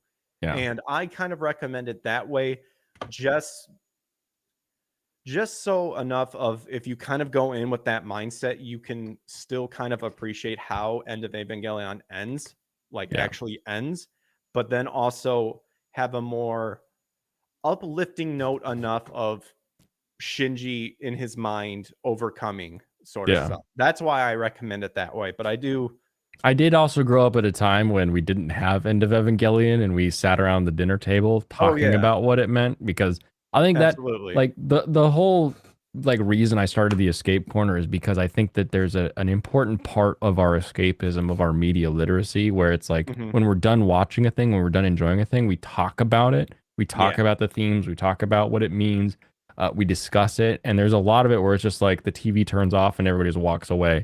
And so I think with something like this, you definitely want to watch it with a friend, somebody you can talk to about it. Yeah. Find a group, jump in Discord, hit me up. I will. If you just say the word Evangelion in chat, I will start going off on it. So, Yeah. anytime. Um, Absolutely. and one last thing on the rebuild hate is they take all the cool Jewish mysticism and remove its meaning. Yeah, I do agree. When the Chamber of Guff is the place where God keeps all the souls that he throws into bodies as they're born. And in the original series, it sort of has the same connotation. And then they're like, we're in the Chamber of Guff. And it's like, well, you can't go there. What do you mean? Like, I hated it so much. Well, the end of the rebuild, I did enjoy. I liked the idea at the end of the rebuild. I'm a sucker for Mari, so I wish Mari was in the original. So, I but do that's like me. Mari. That's me. I always like wrote myself. That was my first like Mhm. foray into OC was like writing myself into the new fourth pilot position. Like, yeah, I'll Yeah. survive because I can do it. Yeah. I There you I go. have the fourth unit back on the shelf somewhere. Because Nice. I love the all black one, even though he goes all monster. That's my favorite. Yeah, I've got some Funko Pop Avas back there. So, and then an actual Figma action figure of Mari my friend gave me. Nice. Like I said, I think I didn't mind Rebuild as much, mostly because especially like the 3.0 plus 1.0, pretty much the Mm-hmm. fourth movie. I didn't mind it so much just because mostly my friend and I we were like, "Hey, our theory that we thought of a long time ago kind of like happened." Sort of thing, Yeah. because our theory was we look at it as kind of like what if technically Ava takes place when Shinji end of Ava and all that stuff is happening, and the television version and the rebuild version are loops Yeah. that he keeps failing at and has to fix itself, and that's where the inconsistencies and the differences start taking place. And you kind Yeah. of see that with the last movie of Rebuild, with it Yep. jumping with different scenes that they reintroduced from the original series. That's what we And liked then about Ray Rebuild. with Toast and all that. Like we know there's other universes and Yes. everything. Hey, what's up, Brandon? Chaos says better throw those Funkos in the trash. I heard they're suffering. Boo Funko Pop. Everyone hating Funko Pops, It's apparently. because there's not enough difference in all of them. That's my issue. Even Nendroids, like each Nendroid looks wildly different. Whereas like if you had a wall of Funko Pops, uh they just look like like palette swaps to me. No, I get you. There's some of them that are unique, like the Oh Yoda yeah, one or like I have a a Garfield one Boba Fett or and an whatever. Obi But one. like a lot of them are just like palette swaps. You're like, oh, it's Harry Potter. Now it's orange haired kid. It's like that's the same Funko Pop. You just painted one different. Like I Claptrap. grabbed them enough just because it was like, oh, like one of them was like Charmander, and he has this like goofy like smile, like Hmm. I'm a Pokemon. Like that's always what I I'm a just think of him. Pokemon. Yeah, that's like that's how I always just picture him Uh, saying it with that smile on his face. I have the So, old '90s Pokemon pillows around here somewhere, oh but I don't. geez, I have a Charmander and a Pikachu. They we are got those old. '90s wall scrolls Yeah, happening. there you go. Sweet. Very nice. But yeah, yeah, I mean, I do like some of the stuff that Rebuild incorporates as well. I mean, I've always liked Ano's uh Ava design. I love the The human thing element. with the thing with Rebuild is you could make it good Mhm. yourself, right? You could just take it, put it into like Premiere or DaVinci, whatever your editing software is, chop, chop, chop, chop, chop, and make a better version of it. There's so much unnecessary fluff in those that feels like this is Studio Kara at their best, and it's like Yeah, but it doesn't propel the story. It's not interesting. It's not anything like that. And it's just, What's it's stopping like, you then, boy? what? What's stopping you? Oh, I'm too busy doing my own damn thing. Lies. No, I don't really care. I I don't really care. I just think you could do it. I don't think anyone should. I think it should stay dead because I have the original series. I don't need to have new series because the Mhm. one big thing that the rebuilds did, and I like that you like Mari because I also like Mari. I think she's an interesting character. I think her being the um stop whining and do it, but without the like anger that Asuka would bring. Mhm. Like you would still have Asuka be like, "Quit being a bitch, Shinji," but then have Mari being like, "Come on, like idiot, you can do it." Would have been an interesting way to retell the story of Evangelion. You're like, okay, now we don't just have a kid that everybody is like, "Shut up and do it." You have someone who's like, "You can do this. Like, let's get it done." That could have been an interesting shakedown. You know, you change just one little thing, and then you've got an interesting new story that could have gone as deep, and it just didn't. That's the He biggest just issue. wanted to be loved by his father. Dark Horse is doing reprints of Hellsing. The article is on Bounding into Comics. Oh yeah, I Ooh, saw that. Yeah, reprint of Hellsing with updated translations, I guess. Did Dark yeah. Horse wait, did they do the original ones? It wasn't Viz, was it? I wouldn't know. I wasn't that I into don't know. like who was doing stuff back in the day. I I know was I just like, know I enjoy this. I know with like my Dragon Ball Z manga and like Inuyasha, I know it was Viz, and Viz had hmm their translation style weird thing happening. So hmm always resort to those raw translations with people who actually know what the fuck is happening, like it's talking about, and not try to do They stupid care. fillers of, well, I will Americans say were getting though, it this, you do it this way. AI is about to overtake all of that industry. Uh-oh. It's it's have you seen the AI dub voices? I think I've watched one, The JoJo one? not the JoJo one. Okay. They They're train the AI voice on the Japanese voice actor and then give it an English script. And it reads the English script in English. And we were listening to it and it was like, yeah, the delivery's kind of flat. Sounds a little but I'm critiquing the delivery of a robot.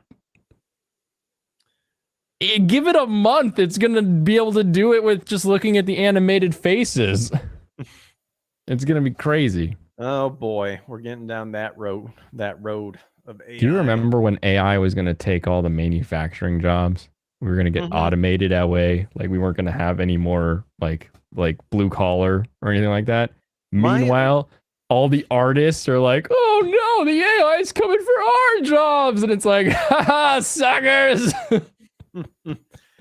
yeah, always here's my advice, always make an off switch. But then again, I think it's all a bunch of it's all the elites getting together and all that bullshit. That's what they want. It's a lot of smoke and mirrors, but it's just Yeah. funny to me because they're Oh no, it like is it was so absolutely funny. long, but just like everyone was worried about like AI getting rid of like the blue collar job, and like AI will someday be able to direct traffic, but it's never going to be able to rewrite the works of Shakespeare. And it's like the first thing we did with AI is have it write Olive Garden commercials. Like I think, you know, making movies is the first thing AI is going to learn to do. It'll be amazing. It just sucks because I know some people, like genuine good people, that like it does hinder them, like who do audiobooks and stuff like Yeah. that, and the actors and stuff. That yeah, that's bullshit for them because they actually care about what they do, as opposed to like a hmm lot of the other people who just do it for clout. But yeah, it Are there is. enough of them though? Because that's the thing that I wonder too. Is like, Mm-hmm, yeah, there's people I know that do audiobooks, mm-hmm.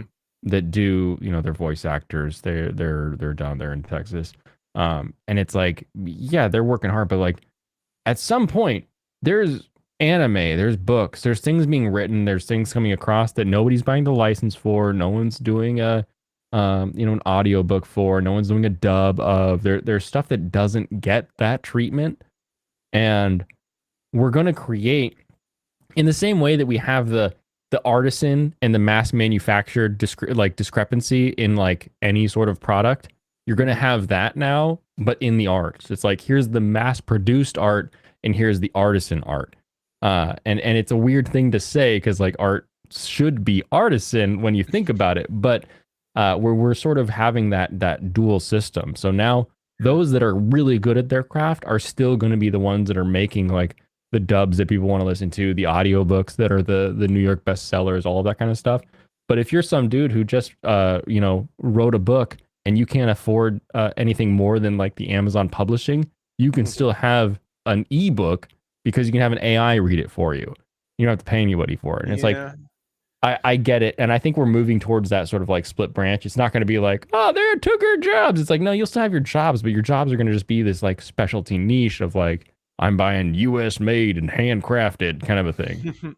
Well, I do definitely see a split coming as well, but then there's also sadly it goes down to the infestation of what's happening in the studios and stuff like that too. Because really, Hmm. in the end, the people with the power, they're not going to give that up, and if they're going to be the ones that ultimately people are going to keep rehiring and stuff, then it shoots anyone it shoots everyone else in the foot. Even people that may be established enough but just aren't getting that one role that can take them up to the next notch because those people are not going to allow it to happen, sort of thing. That's kind of what I'm worried about because there are genuine good But you're people. worried about AI taking that next role, or what are you worried about with No, AI I'm in regards to thinking that? like, I mean, I can see the AI kind of blending over there, but it's those people that are stuck in the middle that are ultimately going to be kind of screwed over because the people who might get constantly be getting rehired because they're already established and stuff like that, they're not going to let the other people play. And then Hmm. while people can just be like, oh man, AI is getting so damn good that I don't need to worry about hiring the well professional people with their niche because I can just pay it for the AI, and then it kind of fizzles out too. So Mm. I guess what I was getting at is like AI. I can see the AI aspect of it just adding another problem to what's already happening in the industry in general, and just Mm. now you've got a whole nother, you know, breed to contend with and stuff like that. And that's what I Mm. was getting at. I don't know. I think the competition helps at the end of the day, and the only Mhm. one who knows is us 10 years from now. So No, I see what you're talking about. yeah, I mean, pray and hope that it goes for the best for everybody that it yeah, can. But way I'm seeing stuff going down, it's not looking good, or it pisses me off, sort of thing. So yeah. I let's see. wonder But though. we're coming up upon the 2 hour mark. But there was one thing I am curious about that Just one, what's up? just one. Well, I mean, lots of stuff that we can revisit later, but Okay. obviously, but it is kind of the rankings that I've been seeing you make and stuff like that. And I think recently you did it looked like an anime about golf. Oh, Golf Girl show. I love Yeah, anime Golf Girl show. yeah. Like, is that a pretty good series? Because I do, weirdly enough, I do enjoy my sports anime stuff. Like, Oh yeah, yeah, I do. I I actually don't. really what I you don't? don't. Oh, And you I don't? love Birdie Wing, a golf girl story. Yeah, that one. That was All the right, one. Like, you ready? have you So actually watched it? And yeah. So what do you? season 1 is out. Season 2 is coming out next season. So I am so excited. Okay, I'll start broadly, okay? okay. This is a anime about golf Mm-hmm. produced by Bandai, the people that make Gundam. So Mm-hmm. right away, Gundam models are in this universe. They exist as a like one of the characters loves building model kits, and she makes like a Turn A Gundam, and I'm like, I love Turn A Gundam. This is amazing. Like I'm excited about it. Um, Okay. but in episode 1, we are introduced to two people. One person is the I'm at the country club preparatory. My mom is the owner of the this universe's version of Callaway. So like one of the best golf companies in the world. We make all the best golf tech. I have clubs that are made specifically for me. It's amazing. And so you have country club girl, and then you have street urchin. who is doing underground golf gambling. They meet behind the train tracks and then puts a wager down and see who can win like a hole, like a single hole on the back end there. And then there's Yakuza run putt gambling. And you're like, oh, this is getting even better. So we have underground mafia based golf gambling in this. Sounds And then amazing. you find it's so amazing. Then you find out that the Yakuza that runs the town has an underground golf facility that they can hold these underground golf gambling competitions in. And you're like, oh, so like they're fighting over like the deeds to land because it's actual Yakuza business, right? They're like, who gets this turf kind of a thing. But they're using these different golfers who have these different like, oh, they have this special golf skill. They have that special golf skill. I am familiar with Medaka Box.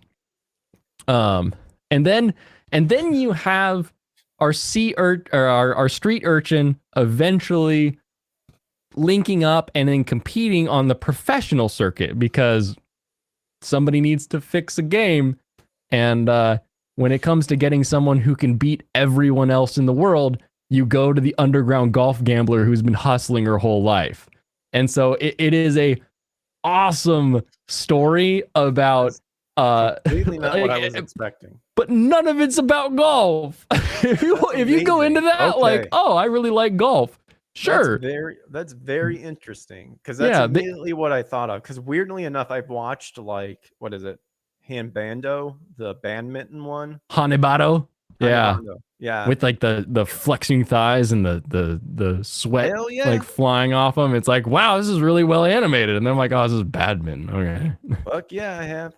Yeah, and I know there's a better tennis one because I actually played tennis when I was young. Than Prince of Tennis or whatever. Yeah, I know there's like another one that I heard was way better than that one. I tried getting into Prince of Tennis. Yeah, it's like Ace something. I can't remember. Sounds like Grand Blue, where it's supposed to be about diving, but it's not about diving. Exactly.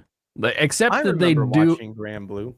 Grand Blue Dreaming is amazing. I love that show. Or wait, no, I'm thinking of. What is it? Natalia in the Deep Water? I think that's the one I'm thinking. Oh, yeah. No. Grand Blue Dreaming is the college scuba diving club where they make tea, where they just pour whiskey and vodka into the same cup and serve it as though it were tea. And they, like, and then, of course, I love that show. I've watched Kejo, that anime show about swimsuit, boob, and tit fighting. Kaijo, yeah, Kaijo. Yes, I liked Kaijo. Kaijo was great. I did too, for many reasons. Yeah, obvious ones like 8 exclamation marks. Yes, I actually really enjoy that going back to the opening themes. I actually really enjoy that song. Splash. I want that sport. Can we let's make this a thing? Why is this not a thing? Why is this not a thing? But that's so funny that takes golf to a whole nother level. I'll definitely have to check that one out.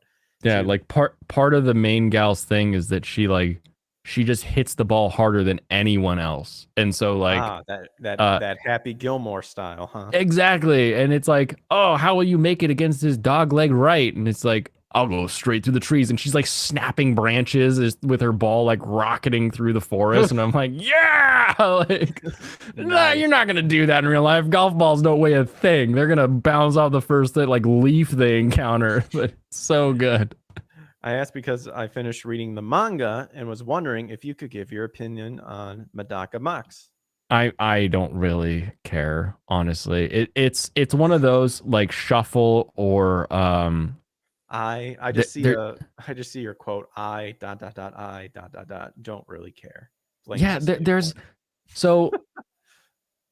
This might surprise you, but I had trouble making friends in high school. No. And I spent an entire summer learning torrenting and watching everything I could. So there's a whole like block of like anime that I just kind of lump into that kind of category where I'm like, yeah, I watched it. It's on my watch list. I know that I watched it. I remember the title. Yup. Okay, cool. And it's like at the end of the day, I don't remember or care about it. I see you're a man of culture as well. Yeah, those were the days, man. Yeah, Kazaa, Back before LimeWire. your ISP would send you letters, right? Yeah. Did you ever get one of those? Good old LimeWire free version, and then you immediately just download uTorrent. the pro version Yeah, to get whatever. exactly. I went with Dude. uTorrent most of the time. That was my classic. Oh yeah, uTorrent still going strong. It's still out there, but I don't care what you do. Yeah. Not my problem. Anyway, Golf Girl show is great. Very Awesome. very good. We will. I think we'll go ahead and wrap that up based on that. So I'm glad I asked. Is there a free VPN I can use with no subscription needed? Not The that I'm aware of, but there's the some catch for like is, yeah, $2. yeah. The catch is any free VPN is actually, from what I've looked up, any free VPN is actually going to be pretty garbage. But VPNs are super super cheap now. Yeah. I forget their. I remember reading Avira one. Yeah, Avira antivirus had a free VPN built in, but it caps out at like 15 gig a month. So like Yeah, you got you that with. can't use it for anything. But like I swear I pay $2 a month for Surfshark. Like it's so cheap. Surfshark, that one I haven't heard. I've also heard to kind of stay away from Nord and stuff like that because those are the commercial ones. Like there's one where there's like the icon of it is like a mole that digs, and it's Hmm. like what you said, $2 or like $5 a Yeah. month to light, and it's just this is what it does.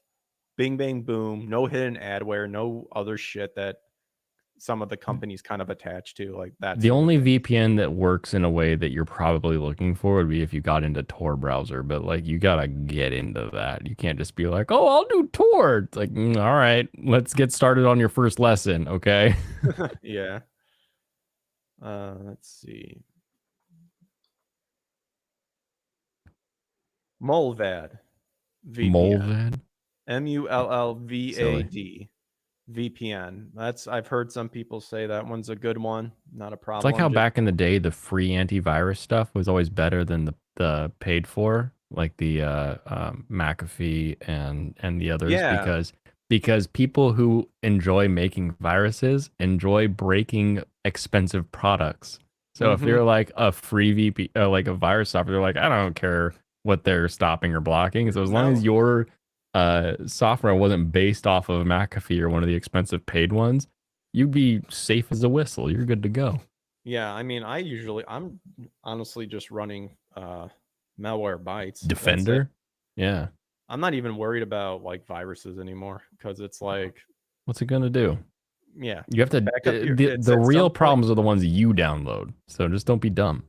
Yeah, yeah. And it's back up your stuff, and then if you happen to run into your virus, it's so just wipe your computer clean, reinstall everything, and literally you can make a clone of your hard drive. It's Everything's a subscription anyway. Like yeah, exactly. Well, my all I need is a subscription for backup of your all of my files. Right. All of my programs aren't like hard installed anymore. They're all like constantly updating via like cloud services. I know that's where we're coming from.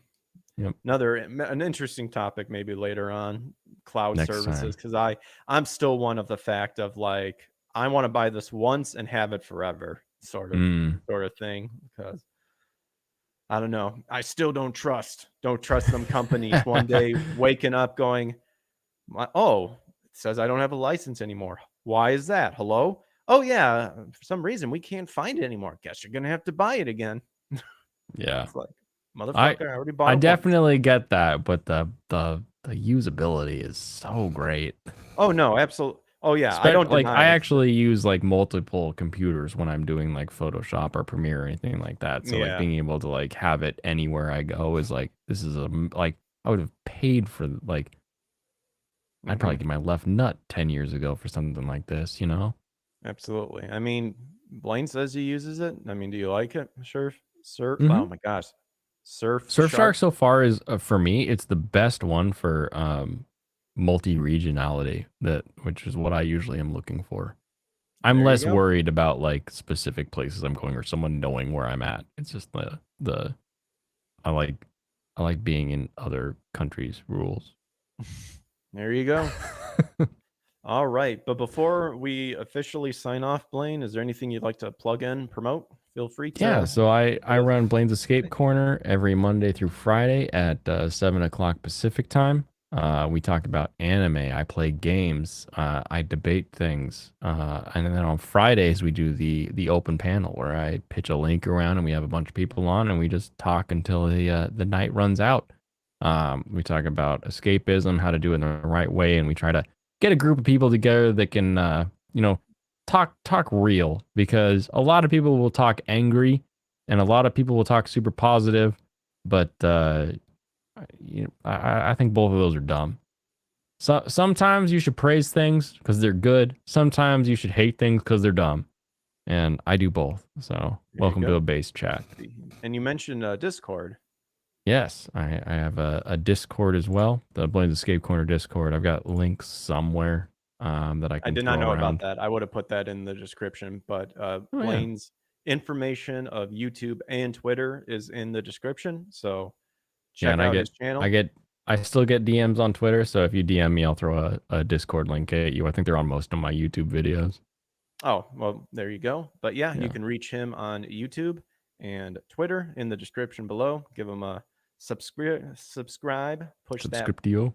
subscriptio, smash that subscribe button, punch that like button, punch that plushie or plussy The as Nick would plussy. say, but that's now no longer a thing. I think they got rid of that on Rumble. And of They don't course, have all my plussies? stuff is listed in the description below, so feel free to check me out there. But yeah, thanks a lot, Blaine, for stopping by. So Of course. nice to Glad we talk. were able to Nice, make this work.